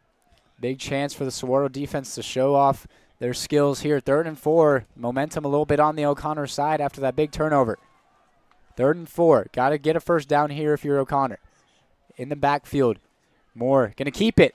Spin move. Gets hit sticks by three Saguaro defenders, and he's still fighting. At the end of the day, it's a gain of 2, but, I mean, that looked like a gain of 18, though, how many hits he took. That was great resilience there by Moore. Able to bounce off a few tackles. Unfortunately, the Saguaro defense able to swarm and not give up too many yards. Setting up a 4th and 2, and it looks like they're going to go for it here, which doesn't really surprise me. Pretty good field position. I think you maybe just give it to your guy, Adanju, here, and see what he can do with his legs. Offense staying on the field for Sandra Day O'Connor. Moore in the backfield with Adanju once again. Twins to both sides of him on the line. Humbert bringing back 5 yards, 4th and 7 now, and now this makes it a lot more difficult if you want to go for it. Yeah, that's a huge mistake there. Takes it from 4th and 2 to now 4th and 7, and it looks like they're going to keep the offense on, but I don't know. I wouldn't be surprised if we see a snap count, maybe a timeout, although I don't know if they can burn timeouts, but I don't know if we're going to actually go for it here. I'd be kind of surprised. Minute 27 left in this 3rd quarter. They tried the hard count. At the line of scrimmage, got their own player to jump. Not ideal. Yeah, not ideal. Got to be more disciplined than that, but looks like they are going to go for it. We'll see what they cook up here. It's probably going to have to be a pass, though. Here we go again on 4th down once again. Moore over the middle. Finds Jones over the middle. Finds Lincoln Jones. First down, Eagles. Maybe they wanted a little bit more room to work with, but Lincoln Jones, the senior 6'4" tight end, he's hype after that one. Gain of around 30. Inside the 15 now for the Eagles. Yeah, that was a good play call. Good job by Jones to get the ball out quick. And sorry, not Marcel Jones. Correction, great play there by Moore to get the ball out quick. And great reception there by Lincoln Jones, using his hands to bring the ball in and make sure he didn't drop it. Moore going to hand it off to Adanju. Adanju to the outside with blockers in front of him. He cuts upfield, breaks a tackle, he's into the end zone. Touchdown, Jeremy Adanju. Touchdown, Eagles, and this game is within 4. Wow, that was just a physical run there by Adanju, showing off his physicality. 10th touchdown now on the season, and just lowering the shoulder and just runs the defender over for the touchdown, and we'll see if they can put this extra point in and make it a 3-point game. What a run from Adanju. Shows off the shoulder pads right there. Runs through some people into the end zone, and pending the extra point here from Croft. And the extra point. There's some flags on the field. That one looked good. We'll see what the flag's for. Yeah, waiting a call here. Still some discussion going on between these referees. If this is on Saguaro, does O'Connor go for 2 here? Yeah, it's going to be offsides on Saguaro, so it's going to put him a little bit closer, but it looks like the Eagles will keep Horst, the kicker, back on the field and just take their 1 point now. As they'll, if they do make the extra point, it'll only be 3. If they went for 2 and got it, Saguaro missed, comes back a little bit here. Yeah, that extra point plays in huge here. We'll see if he can put this one in. And he gets it to go. Horst gets it back through the uprights after missing the last one. And now it's 23-20, 39 seconds left here in this third quarter. Yeah, Saguaro really needs to make a statement here and put the ball into the end zone, or at least put some points on the board, because this is what they've struggled with, closing out games. Now a 3-point game, closer than we've seen it in a while. So we'll see if Saguaro's offense can respond after that nice O'Connor drive there. Yeah, talk about a great drive from O'Connor. It's 4th and 7, and you convert, and then the next play, you just give it to your guy, and he makes a great run. Yeah, I mean, when you have a guy like a Donju, you just can't pass up an opportunity like that. He embraces the contact, runs the defender over, gets the touchdown, and makes the game a lot more manageable here for O'Connor. But Saguaro does have a chance to really kill this momentum if they can put some points on the board here. It's going to be key for Saguaro. They got to get the momentum back on their side. And that's really what fueled that last drive for O'Connor, with some momentum. It's going to be Meadows and Mitchell back there once again to return the kick. Meadows is the one that's gotten it the last 2 times. Return it inside the 1 both times. We'll see how it happens, how it shakes out here. They're going to kick it to him once again. And this time he's going to receive it on the 1. He's going to run it out once again. Meadows cutting to his left. Can he get to the outside? He cuts it back up the middle at the 20, and he's spun to the ground. Another flag around the 15, a little bit behind the play. We'll see what that dirty laundry's for. Yeah, we shall see. It was a pretty good return there. I don't know if I agree with the decision, but he's been explosive. And another holding on Saguaro. That's going to set him back even further. Looks like they're going to start this possession inside their own 10, I want to say. Yeah, that's an unfortunate mistake there for Saguaro. After giving up some points there, you can't be making mistakes like that, but we'll see. Their offense has been pretty good tonight, so we'll see if they can continue it with their little 2-headed quarterback duo they have, and maybe put some points on the board and take away all this momentum that O'Connor has gained in this past little 5 minutes or so. It's going to be Pinnell in at quarterback, starting his drive on his own 7. He's going to have number 14, Xavier Jackson, to his right.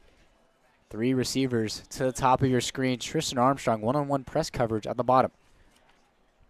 It's going to be a handoff to Jackson, and he's going to get tackled by Lawfer. Great one-on-one open field tackle from Lawfer, but not until a gain of 5. Yeah, that was a nice run there. Able to pick up, as you said, about 5 yards, which is a good way to start the drive, especially after that unfortunate penalty there on the kickoff. So we'll see if they get one more playoff as time winds down in this third quarter with only 4 seconds left. Looks like they're just going to try to – oh, they do run one more play. Pinnell drops it off to Jackson. Jackson down the sideline, makes one-man miss, tries to cut back upfield, and it's going to be a great decision to snap that ball as they gain around 15 to the 25. And that's going to be the end of 3 quarters here at Saguaro High School. Everyone holding up the 4s. It's time for the fourth quarter, 23-20, Saguaro. Hey fans, Vince with the Varsity Sports Show. You've had the rest. Now treat yourself to the best Japanese grill in Arizona. It's the Boss. Boss Bachi Japanese Grill in Mesa. Grilled shrimp, steak, and all the best veggies with or without a twist of spice. Sure to please everyone. Dine in or take out. Located at University and Country Club in Mesa. Open daily. 602-859-3759. The Boss. Boss Bachi. Hablamos Español.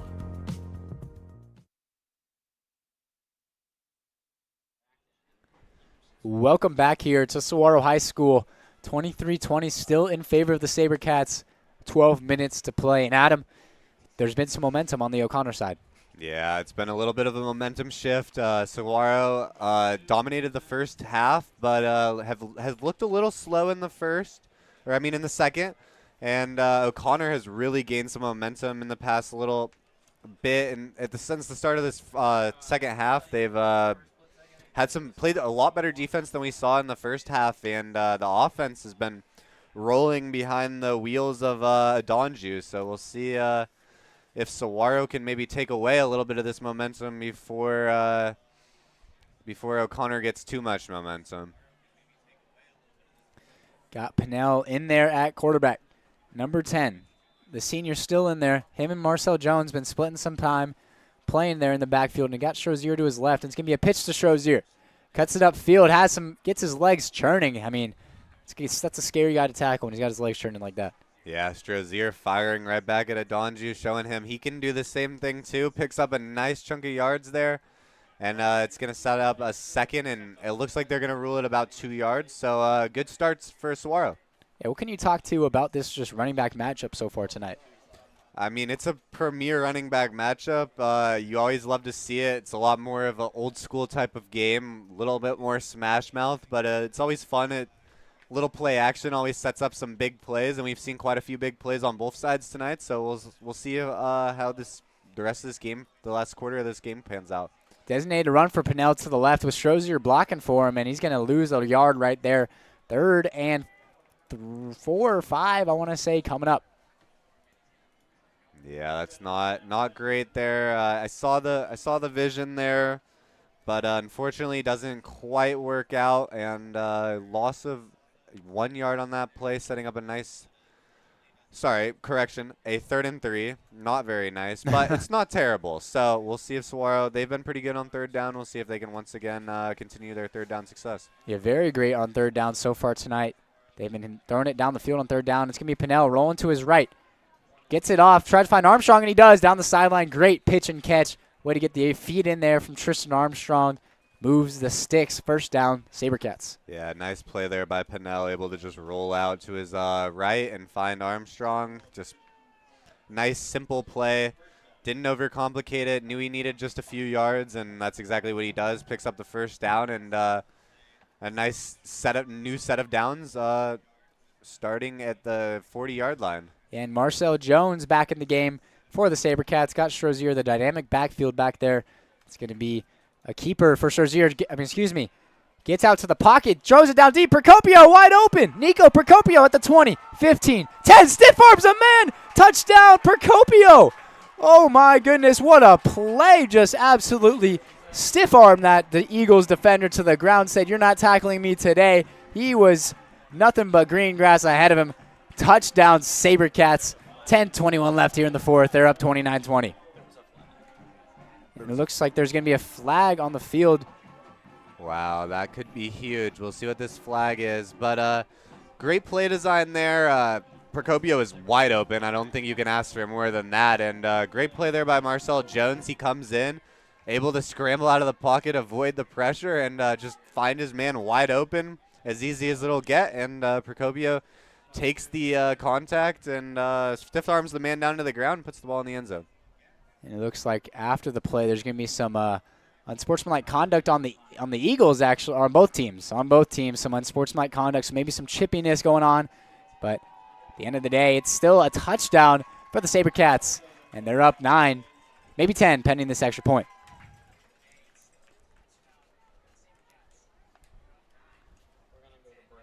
And we'll be right back after this short break. 29-20, Saguaro. Hi everyone, I'm Joshua Ohep, the new field correspondent for Viva Varsity, the new Spanish broadcast of Varsity Sports Show. Here, we celebrate the passion of the game with you, share exclusive interviews with you, and live every play with you as well. Follow us on @VivaVarsity on Instagram to see our highlights, history, and what goes on the field, in and off the field. Thank you again. Look forward to having a good season with you. My name is Joshua Ohep. Thank you again. Welcome back here to Saguaro High School as we just saw Nico Procopio, number 9, the big tight end, 6'3", 225, getting into the end zone for the SaberCats. What did you see on that play there, Adam? Yeah, that was it was a great play design, as I said before. I mean, you can't ask for more when your receiver is just wide open out there, and especially a guy like Procopio, just a big dog, able to just use his physicality and his size and stiff arm that man down to the ground, put the ball in the end zone, and nice little swap of quarterbacks there. Ends up playing out pretty well. he didn't look phased at all right there. I mean, he he made contact with the defender and kind of just kept running. It was like nothing happened to him, and he gets into the end zone. That was the only man he had to beat, and he did just that. Pending the extra point here, SaberCats looking to go up 10. The snap, the hold, the kick, and it is good. It's 30-20 with 10:21 left here, and it's go time for the Eagles now. Well, that's exactly what we needed to see out of Saguaro, able to respond after O'Connor Eagles started to tighten the gap, but Saguaro extends their lead once again, up by 10, and we'll see what this O'Connor offense has in store. A little bit of a momentum shifter. Saguaro's defense may, but we're actually going to drop it down to a quick report from our sideline reporter, Abigail Hardy. Hi, I'm Abigail Hardy with the Varsity Sports Show, and the Saguaro is up 30-20 as the touchdown is good by Nikolai Procopio, and that extra point is good. We're in the fourth quarter, still some time to play. We'll see you back up at the station. Thank you, Abby. And yeah, like she said, Nico Procopio, but there's still plenty of time for Sandra Day O'Connor to try to get back in this game. They've been scoring quickly when they've had the ball. Both these teams actually have been scoring very quickly. Not very long possessions for either of these teams. Yeah, not very long possessions. Both teams scoring quickly, as you alluded to, and we'll see if Saguaro's defense has an answer or if O'Connor fires back once again. Yeah, and those unsportsmanlike conduct penalties after the play on that touchdown are actually going to be enforced on the kickoff. So they're going to be kicking this one from the 25, or the SaberCats. I mean, this is going to be good starting field position for O'Connor. And the kick from the gold going to be returned by Loffer. The big hitting safety going to return this one on the kickoff. Gets it to the outside and gets tackled. Not used to getting tackled, maybe himself, used to hitting other people, but around the 48-yard line. Yeah, that was a good play by Loffer. I don't think he quite expected the ball to come to him. It does. He's makes a heads-up catch and finds a little gap, picks up a few extra yards. And as you said, as a defender, I don't think he's very used to being tackled, but in that position he is. Brody Moore going into the huddle, trying to lead his troops to a 10-point comeback here on the road with just over 10 minutes left to go. It's going to be in the backfield. His star running back, Adonju, to his left. Takes the snap, hands it off, pump fakes to Adonju. He's got a pump fake and gets out to the pocket. Rolling out to the 45 into the 40 where he's eventually brought down. Not until he gets a first down. Able to use his legs and scramble up that left side for a nice first down, and that's how O'Connor wanted to respond after that Saguaro touchdown. Great RPO action. They'll run a little bit of a run pass option, Works to perfection right there. Going to be back in the backfield is Moore. Very tight set formation, trips to the right. Going to be a handoff to Adonju. Adonju getting to the outside, trying to, and he's going to get tackled after around a gain of 1. Great line presence there from the Saguaro D-line. Yeah, there we go. A little bit of more of an emphasis on getting Adonju able to just follow him, swarm the ball, and bring him down after a very minimal gain. And Saguaro's going to need to rely more on that. 2nd and 9 coming up from the 38-yard line. Just over 9 minutes left in this game. Got to think O'Connor got to go a little bit quick here. Moore drops back, going to step up and run with it. Breaks one tackle, and he's still going. And he's going to go out of bounds after a gain of 4, bring up a 3rd and medium. I mean, great play there from Moore. Yeah, it was a great play there by Moore. Once again, using his legs. It seems to be his X factor, and uses it to his advantage. Picks up a nice few yards there and makes it a much more manageable 3rd down and roughly 5. 3rd and 5 coming up from the 34-yard line of Saguaro in enemy territory. The Eagles looking to score. Take the snap as Moore. Moore looking to his left. Fires it over the middle to Simons, and Simons makes the catch and gets the first down. There we go. I think Simons might have had a drop earlier. Makes sure not to let this one go through his hands. Secures the ball and picks up the first down there for the Eagles. Yeah, the junior Jackson Simons hauls that one in. Moves the sticks and just outside the red zone are the Eagles now. Looking to score, get on the board once again. Found the end zone last time, trying to find it once again.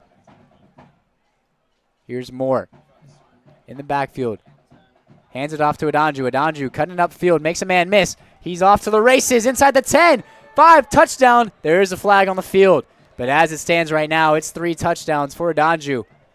We'll see the flag on the field. This is a very big call. Yeah, another great run by Adanju, but more than likely it's going to be a hold and it's going to come back.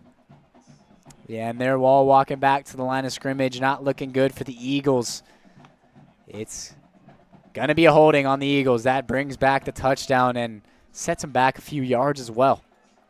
Yeah, that's a tough break there for the Eagles after putting the ball in the end zone on that play. Instead, they go back 5 yards or so and are now looking at a 1st and 15, I guess. Somewhere around that. 1st and 10? Yeah, 1st and 10. They got a pretty good gain on that last play, so yeah, negates that, but still going to be 1st and 10.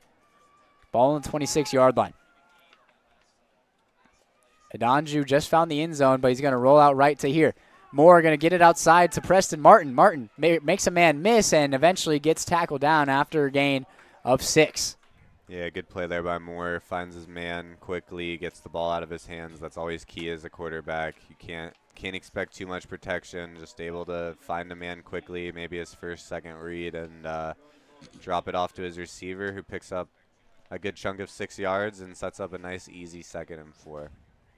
2nd and 4, and this offense has been clicking for them. They've been able to pass the ball, and they've been able to run the ball here in the second half. Still down 10 points, 7:45 left in this game.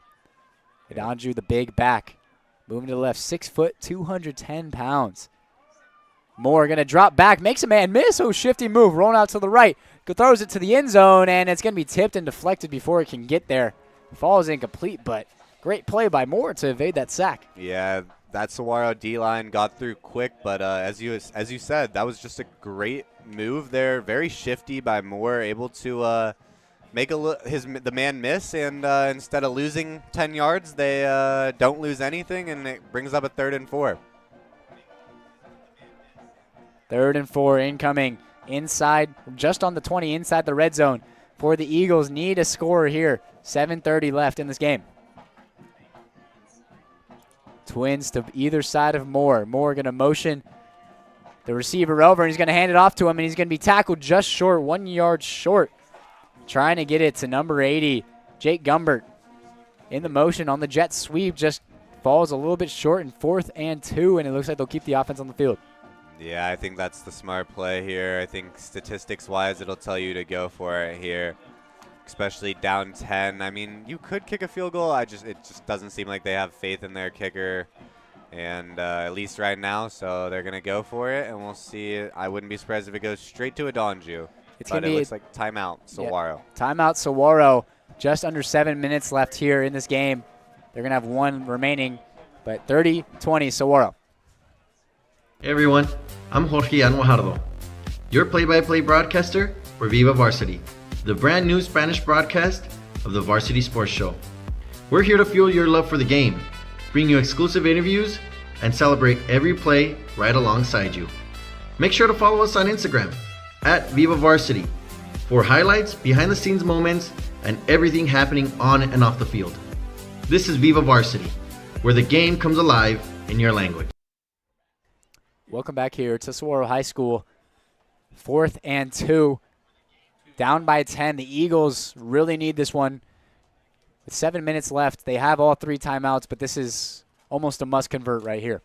Yeah, definitely a must-convert. We'll see if they stick with the offense. It looks like they're going to send the kicking team out. Looks like number 25, Cohen Horst, is going to get a chance to put this game within 7 and make it a 1-possession game. He has missed 1 extra point so far today, but this one going to be a 35-yard field goal. We'll see if he can nail it through. We got a righty this time, not a lefty like Saguaro, but the righty standing back, ready for it. And they're going to hold the snap. Hold the snap here a little bit. We'll see what the reasoning is. And it looks like it's going to be a very late sub by Saguaro.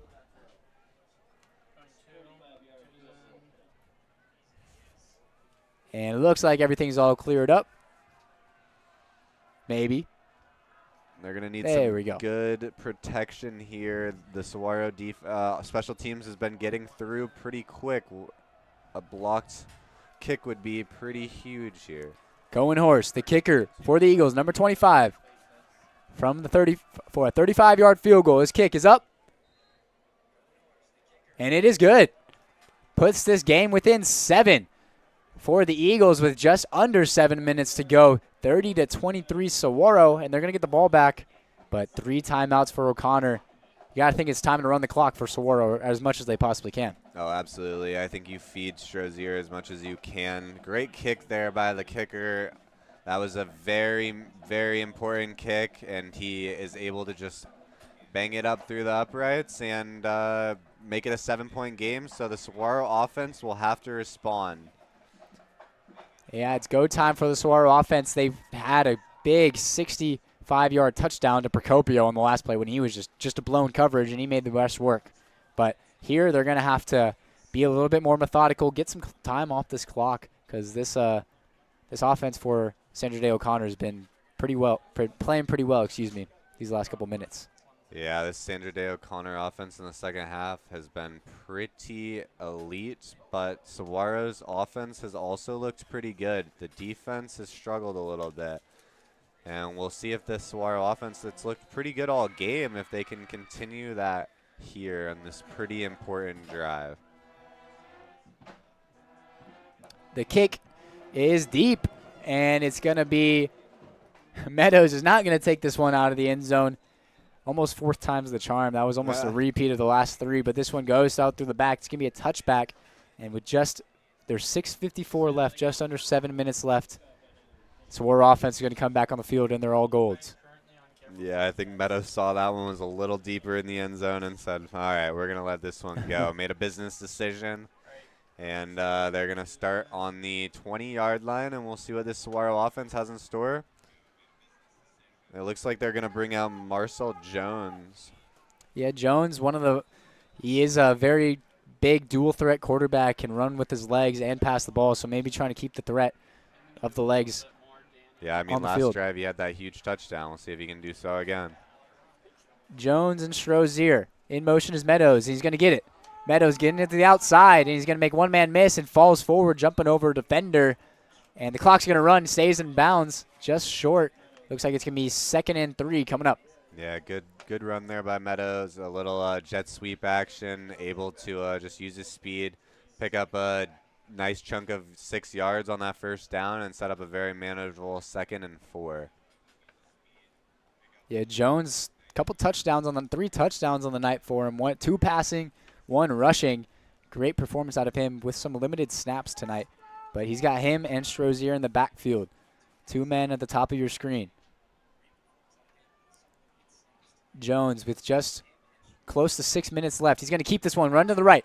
Got a blocker in front of him, and he hurdles one man. He's off to the races. 40, 30, 20, 10, 5. Touchdown, Marcel Jones. Wow, that was a huge play by Marcel Jones there. Just a little fake to Strozier, takes it himself, and just had a little bit of the defense was trying, but he hurdled that one defender on the ground and ended up getting about a 60-yard touchdown. That was 74-yard touchdown from the 26, and he was out of there. Yeah, no, that was a great play there. Using his speed, and we knew that he was a run threat, and he shows why he is right there. I mean, that's 4 total touchdowns on the day for Marcel Jones. I'm sure he'll take that every day of the week to Sacramento State commit. Yeah, I mean, I don't think you can complain, especially splitting snaps with another quarterback. It's to have 4 touchdowns on the game, 2 rushing, 2 passing. I don't think you can complain about that at all. And they only take a minute off the clock, but they also put 7 points on the board. Pending this extra point, it is up, and it is good. So they do put 7 points on the board in just a minute, however. They're up 37-23, up 14 points, just under 6 minutes left. It's very much go time for Sandra Day. Yeah, normally I would say maybe take as much time off the clock as you can, but if you get an opportunity like that, I don't think you can pass it up 14 now. Them kicking that field goal is pretty huge there. Now it's instead of it being maybe a 7-point or a 10-point game, we're looking at a 14-point game, and we'll see if O'Connor can regain any momentum after that momentum-changing play there by the Saguaro SaberCats. Yeah, it's not like they were. I mean, they were running the ball. They were running the ball. It just happened that Marcelo Jones was running the ball. He was the runner on it, and he broke free, made some man miss, and hurdled a defender down the sideline. That was impressive to tiptoe that far. Yeah, 74 yards at the end of it. I thought maybe he was going to step out of bounds, able to stay in bounds and just make a really great play. And I don't think you can complain about a touchdown, no matter if you didn't take that much time off the clock. Now it's going to put a little bit of pressure on this O'Connor offense to get down and score quickly and try to force a 3-and-out. So we'll see if they can do so. The kickoff from the SaberCats goes deep, and it's going to be number 6, Max Ricart. He's going to break a tackle, get to the right side, try to cut it back through the middle, and he's eventually going to go down around the 27-yard line. Got some extracurriculars going on, but at the end of the day, 27-yard line is where the Eagles' offense is going to start. Yeah, it was a good try there on that return. Unfortunately, the Saguaro defense or Saguaro special teams was all over him, but able to bounce it out once and just didn't lose any yards, which was good. So it'll be ball on the 25-yard line, 27-yard line, 28-yard line for the O'Connor Eagles. Trips to the bottom of your screen. One receiver to the top, Braylon Lopez. Going to take the snap. Moore, hand it off to Adanju. Up the middle. Has some room. Gets to the outside once again at the 40. At the 45. Calling out his blockers at the 50, and he goes out of bounds there. That was a really cool play design there. It looked like they had Moore scramble out a little bit, and then last minute when he was faking the pass, hand it to their X Factor, Adanju, who shows why he's so good and picks up a huge chunk of yards there. And that's exactly what the O'Connor offense needed, able to stop the clock as well by getting out of bounds, and we'll see what they can do with that little bit of momentum there. We've seen that play a couple times from the Eagles where they roll out to the one side and just hand it off to Adanju like a little bit of a counter. But here's Moore in the backfield, going to look to pass. Rolling out to his right. See if he'll try to find somebody. He's going to run it, and he's going to get around 3 or 4 yards before spinning out of bounds. His momentum taking him out of bounds. Stops the clock once again. Really wanted to take a shot downfield, just couldn't pull the trigger. No, absolutely. That was a good play there by Moore. You could tell when he scrambled out, he was looking downfield for anyone. No one was open. Decides, well, I got to make the business decision, run for it here. Thought he was going to get hit a little spin move, and just spun out of bounds by himself. 5:25 left to play. Eagles down 37-23. Need a score here on this drive. Moore takes the snap in the shotgun. Rolling out right, and he's going to try to run it. Flicks it forward, and it goes out of bounds. Trying to find Jackson Simons. Funky looking play right there. Flip the ball. Luckily falls incomplete out of bounds. Yeah, a little bit of a risky decision there by Moore. I don't know. I understand what he's doing, but got to be careful down 14 not to give up the ball here. That would be pretty much the ball game. So a little breath of fresh air. Now 3rd and 7. I assume this is going to be 4-down territory. So 2 more plays to pick up this first down. Moore going to be in the backfield in the shotgun once again. Donju going to roll out to his left. Trying to find over the fiddle to Martin, and there's a little bit of tugging action going on, and there's going to be a flag from the down ref all the way at the 50. Going to call a far away flag to call, but you could see a little bit of tugging action going on that play action pass. Yeah, no completion, but we'll see if they call pass interference, and they will. It's going to be pass interference, SaberCats first down. Yeah, a little bit of a hold there on that play, and that's going to hurt the Saguaro defense that had a little bit of a stand going there, give up the first down, and we'll see if O'Connor can capitalize with that break there. A big break for the O'Connor offense. That would have brought up a 4th and 7. Instead, it's 1st and 10 from the 32-yard line of the SaberCats. Going to need to get it going. Just over 5 minutes, 5:11 left in this game. The white jerseys needing to get into the black end zone. Moore stepping back, throwing over the middle, trying to find Gumbert, and no flags, an incomplete pass. Once again, a little bit of contact going on, but they don't throw it. Good defense there by the SaberCats, trying to find Gumbert. Falls incomplete, second down.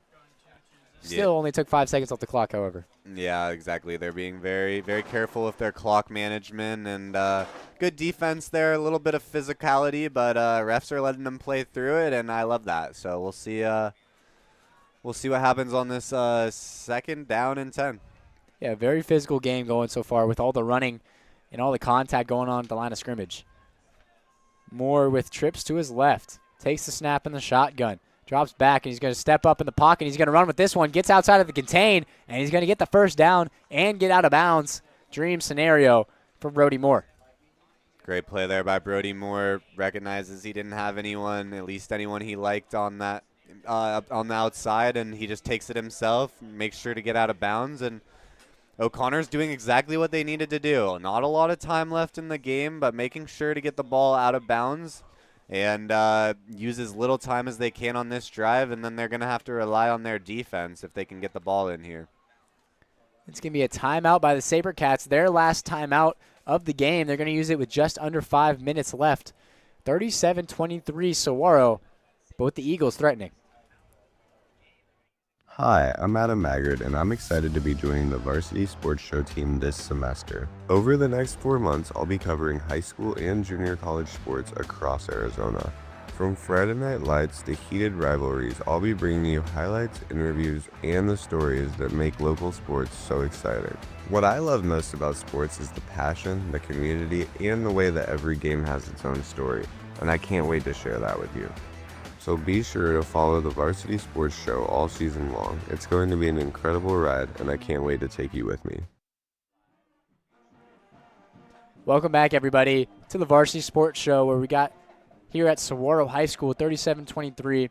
Saguaro leading just under 5 minutes to play, but the O'Connor Eagles, Adam, they're getting close into the red zone. Yeah, the O'Connor Eagles driving after giving up that touchdown on the last drive for Saguaro and trying to make a statement of their own and put the ball in the end zone, cut it down to a 7-point game once again. Yeah, explosive touchdowns for Saguaro, those last two, both 60-plus yard touchdowns. Yeah, 2 huge plays by Saguaro. Moore in the backfield, hands it off, keeps it after faking off to Adanju, gets out to the outside, gets the first down, and Moore inside the 10. First down, Eagles, and first and goal. Eagles coming up. Once again, Moore on this drive using his legs to create some opportunities and getting out of bounds once again, and that's all you can ask for if you're O'Connor. I mean, they're giving themselves the best chance they can have. Yeah, keeping the clock from running is obviously key for them. Down 14, not just 2 possessions, 14. That play only took 8 seconds off the clock. You get a first down, first and goal. First and goal, but it's a long goal. You're starting from, they got inside the 5. They're going to start on 5, actually, excuse me. Yeah, not terrible here. We'll see if they maybe hand it off. It's been a lot of more, but maybe they go back to Adanju here now, a little bit closer to the end zone. If he gets stopped, it's not going to be too big of a deal. At the end of the day, though, the Eagles are going to have to find a way to stop the SaberCat offense. It's something they just have not been able to do tonight. 37 points given up so far. And if they score here, they're going to need to stop to get this ball back. But Moore in the backfield. Adanju, like we just mentioned, to his left. Moore looking to pass. Going to step up in the pocket, and he's going to fight through some contact. He's a tough guy to bring down. Flag, very late flag on the field. Yeah, he took a huge hit at the end of that play after bouncing off first contact. Hopefully he's okay. Ball should be down around the 1, depending on what this call is by the refs. I saw a signal that looked like O'Connor, but I'm not quite sure. Maybe a hold? It was a very late flag, kind of when the play was over. The flag came flying in from the farthest away ref. Maybe he saw something that no one else could see. And it looks like it's going to be after the play. And it's going to be not affect much. It's going to be first down. No penalty on the play, yeah. So it's going to be a little bit of confusion here on the field. I don't think it's supposed to be first down, but they might be marking it as first down. Yeah, I'm not quite sure what's happening here, but on the field either says way, it's first down. So first down, and goal to go from the 1 yard line. Adanju in the backfield. He's going to get it, and he's in for the end zone for the third time tonight. Jeremy Adanju, 3 scores, and this game is 37-29 pending this extra point, maybe 37-30. Yeah, Donju just continues his dominance that he's shown all throughout this game, and puts in another touchdown off of that great drive there by Moore, who created a lot of good plays using his own legs. So that gives O'Connor a little bit of a shot. We'll see how this Saguaro defense can respond, offense. And Horse's extra point is good once again. That was a big one. Put them within 7. Keep this thing close. And now it's time for their defense to step up. They need a stop. If they can get it, it's huge. They have all 3 timeouts, 4:30 left in this game to be played. And, I mean, 3 timeouts to Saguaro 0 timeouts, big difference there. Yeah. 3 timeouts going to be coming very handy for O'Connor. For sure. Saguaro doesn't really need the timeouts, though. Up 7. They just need to make sure that they take as much time off the clock as they can this drive. Even if they break like an 80-yarder, make sure to flop it like the 5. Yeah, that's true. We'll see how this kickoff goes. They've been returning it a good amount, but we'll see if O'Connor tries to have some tricks up their sleeve or anything like that. We saw an onside kick from Saguaro earlier, but it was recovered by O'Connor. Yeah, exactly. It was stopped by O'Connor. Great recognition. We've seen some trickery attempted by Saguaro. They tried a fake punt. They tried an onside kick. Just hasn't been going their way so far tonight. But at the end of the day, they're up on the scoreboard. They're up by 7. Yeah, I mean, it's been a really good night for the Saguaro offense. The defense was pretty stout in the first half. Unfortunately, the second half, they've looked a little worn out and giving O'Connor a shot. But this is kind of where this is the make or break drive. If Saguaro can put points on the board here, definitely puts a little bit of more of a pressure on O'Connor. And a touchback there on the kickoff means Saguaro's going to start on their own 20. 80 yards of field to work with, 4 minutes and 30 seconds trying to get that off the clock. We'll see how they attack this drive here. We'll see what kind of quarterback decisions are you making right here. Are you keeping Marcel J? It looks like Marcel Jones is going to be in the game, but he has those dynamic legs. Oh, yeah. Marcel Jones, it seems like on these last few drives, they've just been relying on their Sacramento State commit, who has 4 touchdowns tonight. Pretty good game. And I don't think I would be complaining if I were him. And we'll see if he can continue his dominance. A decent game, I guess you could say. Yeah, 4 touchdowns. But here he is in the backfield. Strozier to his left. It's going to be a handoff to Strozier. It's going to be met right at the line of scrimmage, but he keeps fighting. 2 or 3 yards, I can't determine. It looks like 2 or 3 yards they're going to give him. And this clock's going to run. No timeouts using yet for O'Connor. They're going to try to get some stops. And looks like we're going to take a little bit of a quick break here. 37-30, Saguaro, 4:14 left in this game.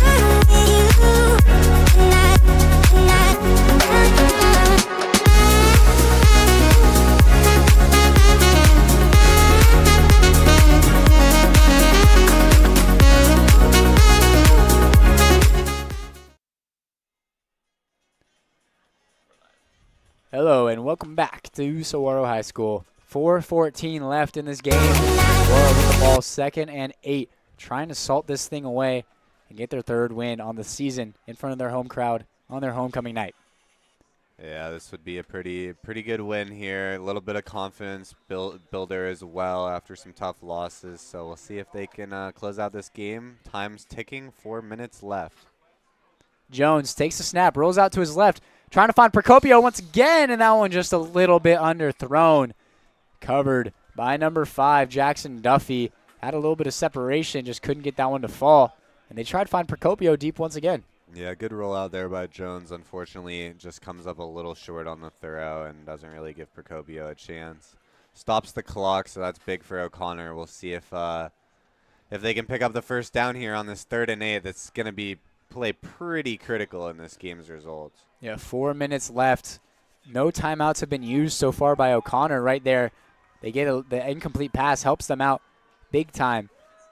3rd and 8. Jones in the backfield, Strozier to his right. He takes the snap, and he's going to be a designed quarterback run. He's going to try to go up the middle, breaks a tackle, and he reaches forward, and he's going to be just short. 4th and 2 coming up for the SaberCats, and inside their own territory. This is going to be interesting. Yeah, they can take a little bit of time off the clock, but it looks like O'Connor's going to have a shot.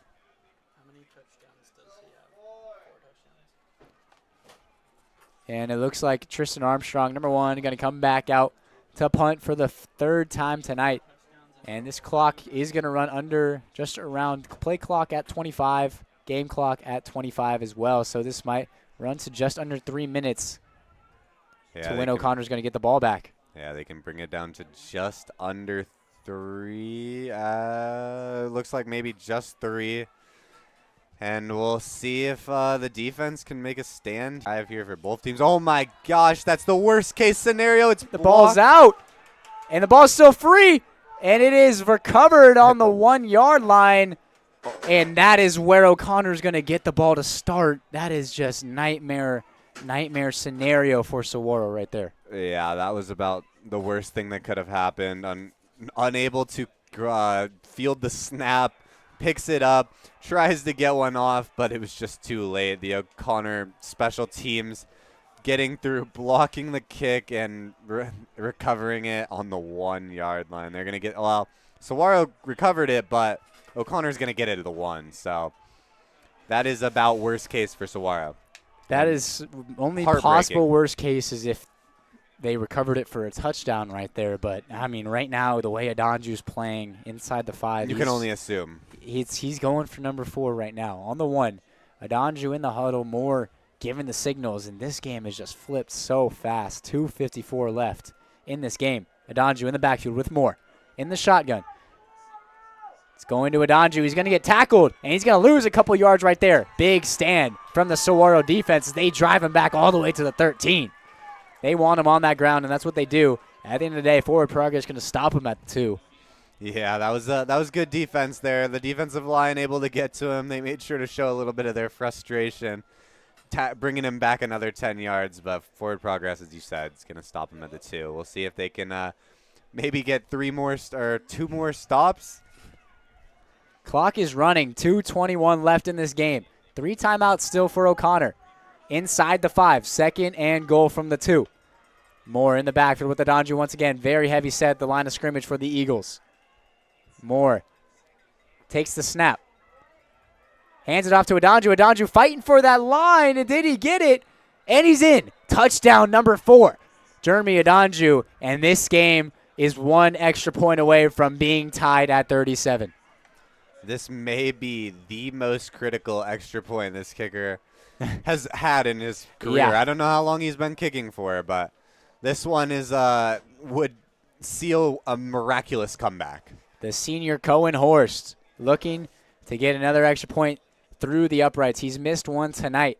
It's exactly 2 minutes left on the clock. Kicking from the 10. The kick is up. And it is good. This game is all tied up at 37. 2 minutes to go. And oh my goodness, what a comeback from O'Connor.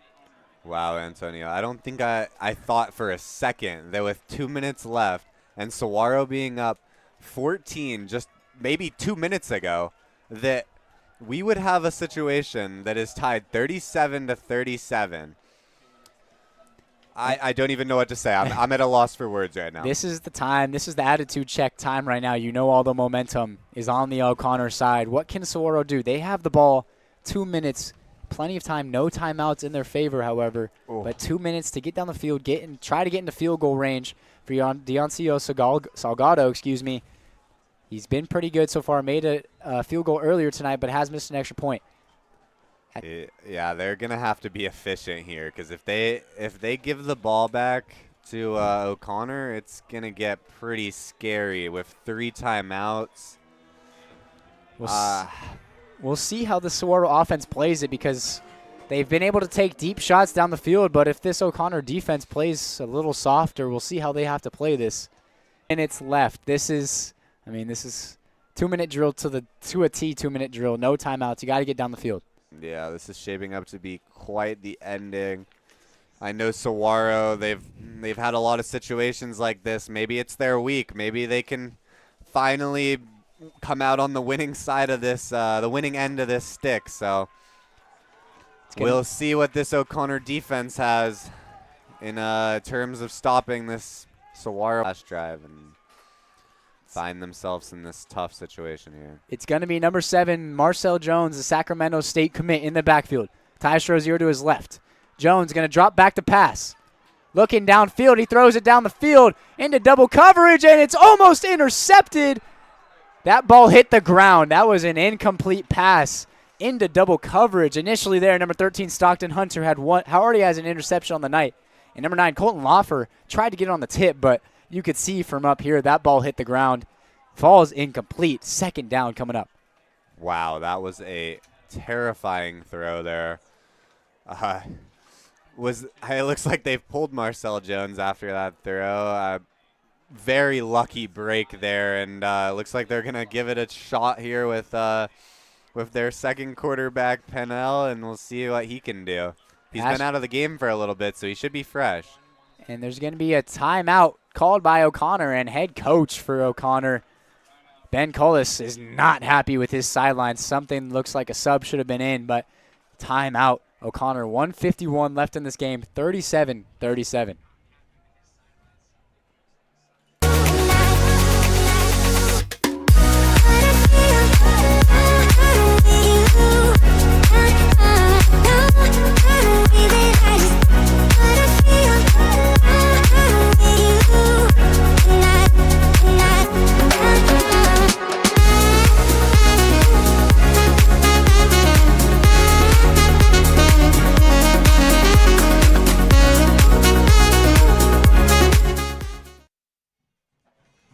Back here at Saguaro High School. And Adam, it's 37-37, a minute 51. They just took a deep shot down the field, did Saguaro. What kind of offense do you see them pursuing the rest of this drive, trying to get in the end zone? Or just get on the board and take the win? No timeouts. You're low-key kind of stuck to married to the passing game on this. So we'll see if they can maybe you do run it here. But you're going to have to be quick on the next play, and I don't know. You just got to look. You got to find guys. It's just got to be a progression game now. Ashton Pennell in the backfield takes the snap in the shotgun. He's going to get sacked, and that's going to be a loss of 1 or 2 right there. Number 99, Caleb Knoll getting the sack, his first sack of the game. And this is going to be 3rd and 15. 1:34 left in this game. Clock is running.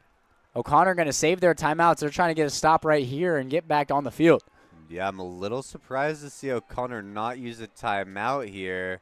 Yeah, Saguaro's going to run this clock as low as they possibly can. I feel like they're going with such a long ways to go. Put it in overtime if they can't convert this. So 3rd and 15 on their own 15. Pennell drops back, tries to find Strozier. He does. Out to the sideline, and he goes out of bounds. That's going to stop the clock, and he's going to be around 3 yards short of the first down, 4th and 3. And it's decision time, a minute left. 2 timeouts, and they're going to punt it. They're going to send the punting team out onto the field. This is bringing flashbacks of a lot of recent Saguaro games. I'm really hoping it doesn't end that way. we'll see if this Saguaro defense has enough left in the tank to get one stop and force overtime here. Tristan Armstrong going on. 4 seconds on the play clock. They got to get the snap off. No timeouts. And there's a flag, delay of game on the SaberCats. That's just going to push them back 5 more yards. Wow, that's just a mistake you can't make there. Just not helpful at all after being in this unideal situation.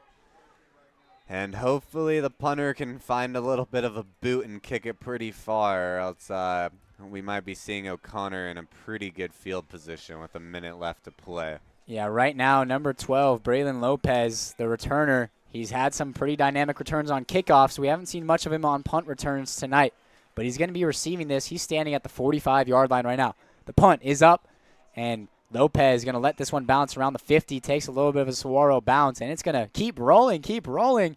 It's still in bounds. It rolls all the way down to the 35-yard line. I mean, just best possible bounce right there. Yeah, that was quite a roll. It looked like it landed around the 45, rolled out an extra 10 yards, somehow managed to stay in bounds. I thought it was going out. So maybe the gods are in Saguaro's favor right now, but we'll see what this O'Connor offense that has looked unstoppable in this last quarter, what they have in store. And now it's O'Connor's turn with a chance to win the game. 37-37, 48 seconds left, starting on their own 35. They have 2 timeouts, excuse me. They're going to go 5 wide for one of the first times tonight. Moore, no one around him in the backfield, takes the shotgun snap, drops back, steps up in the pocket. He's going to run with this one. He has some open field in front of him, and he slides down, and he gets the first down, and there's a late flag on the field. Wow. A late flag for a late hit on the quarterback sliding, and that's just going to give some extra yards to O'Connor. Just costly. That's going to be 15 more, and they are in enemy territory right now on the 40. Yeah, that's just a discipline issue there. Unfortunately, got a little excited to get a hit there on Moore and made a little bit of a late hit, and that is probably, again, worst case scenario for Saguaro, giving them an extra 15 yards on top of that nice run there by Moore. Moore with the Donju now back in the backfield to his left. Trips to his right. Moore keeping it himself after faking to a Donju. He's going to cut it up the middle and get to around the 37-yard line. And timeout O'Connor on the field with 33 seconds left in this game. Yeah, I think that's a good timeout there. I don't really know if I agree with Moore taking the ball there when you have a guy like Adonju, but Moore has looked pretty unstoppable with his legs in this last quarter, maybe quarter and a half. So we'll see. 30 seconds left in the game.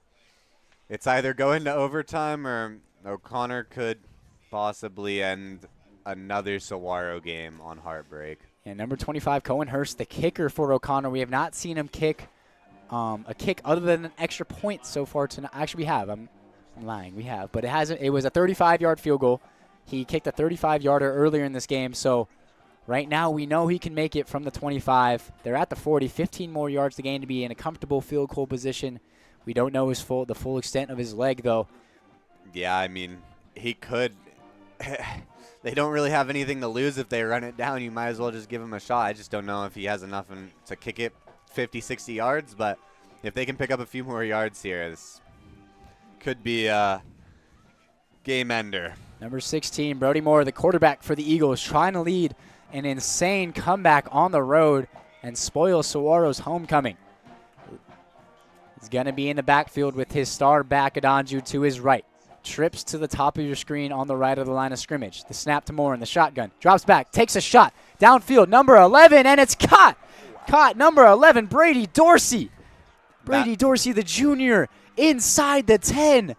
Wow. That may be one of the biggest catches in his whole career.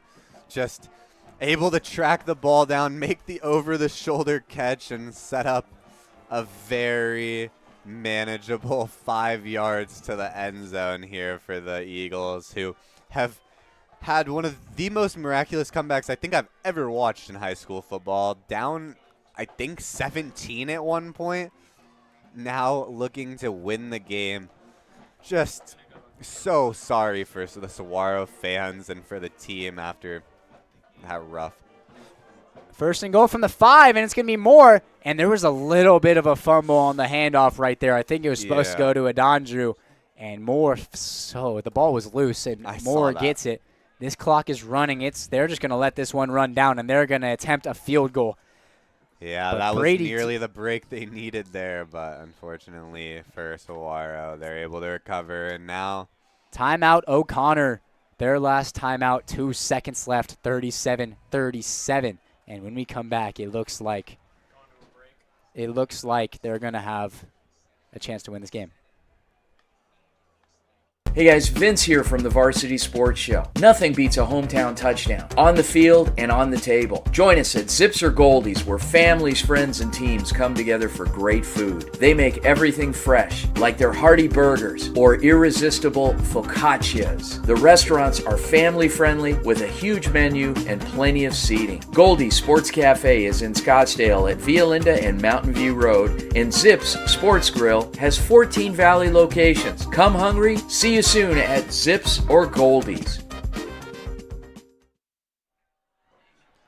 Welcome back here to Saguaro High School. Let me paint the picture. 2 seconds left, 37-37. It looks like it's going to be a 25-yard field goal for number 25, Cohen Horst. I mean, if this isn't picture book, I don't know what is. Cohen Horst missed one extra point earlier today, hit a 35-yard field goal. Now for a chance to get the comeback win on the road and spoil Saguaro's homecoming. Horst, the snap, the hold, the kick. And there's a flag on the field, and it's encroachment offsides on the SaberCats, and they're going to make him kick it again. Wow. He nailed that one through the uprights, but the offsides negates it. Are they able to decline? No. The offsides negates it, so he's going to have to kick this one again, just 5 yards closer. 20-yard field goal incoming for number 25, Cohen Horst. Yeah, he's going to be the MVP of the locker room if he pulls this one off. And first one looks good. We'll see what he can do on this street kick. Here we go again. Cohen Horst. 20-yard field goal to complete the comeback for O'Connor. The snap, the hold, the kick. And it's good. O'Connor comes back from the trenches, and they win this one on the road, 40-37 on a last-second field goal from Cohen Horst. And what a win for O'Connor. Yeah, absolutely heart-shattering for Saguaro fans and the team, and we'll see how this Saguaro team can recover next week. I can only feel bad for them, and I'm sure the O'Connor team is quite happy. They are all celebrating on the field, and I can't blame them. That was a great comeback. Great football game. O'Connor gets their second win on the year, improving to 2-5, and Saguaro goes to 2-5 on the season as well. A great win for O'Connor on the road. The Eagles come in here and spoiled the Saguaro homecoming, but Saguaro, still 37 points put up on the board. Yeah, it was a good offensive game. The defense just unfortunately towards the end faded, and that's been a struggle they've had all season, and it's just something that they can keep working to improve each week, and maybe one of these games it'll go their way, but just unfortunate. Can only feel bad for them, but just a great game of football. Especially with the possibility of rain we had coming into this game. It's actually been a pretty beautiful night, and ends up being quite a game. Crazy comeback. A crazy game here at Saguaro High School ends with the final score of Sandra Day O'Connor 40, Saguaro High School 37. I'm Antonio Gutierrez. Alongside me was Adam Maggard, and on the sidelines was Abigail Hardy. Thank you so much for joining us tonight. Have a great night.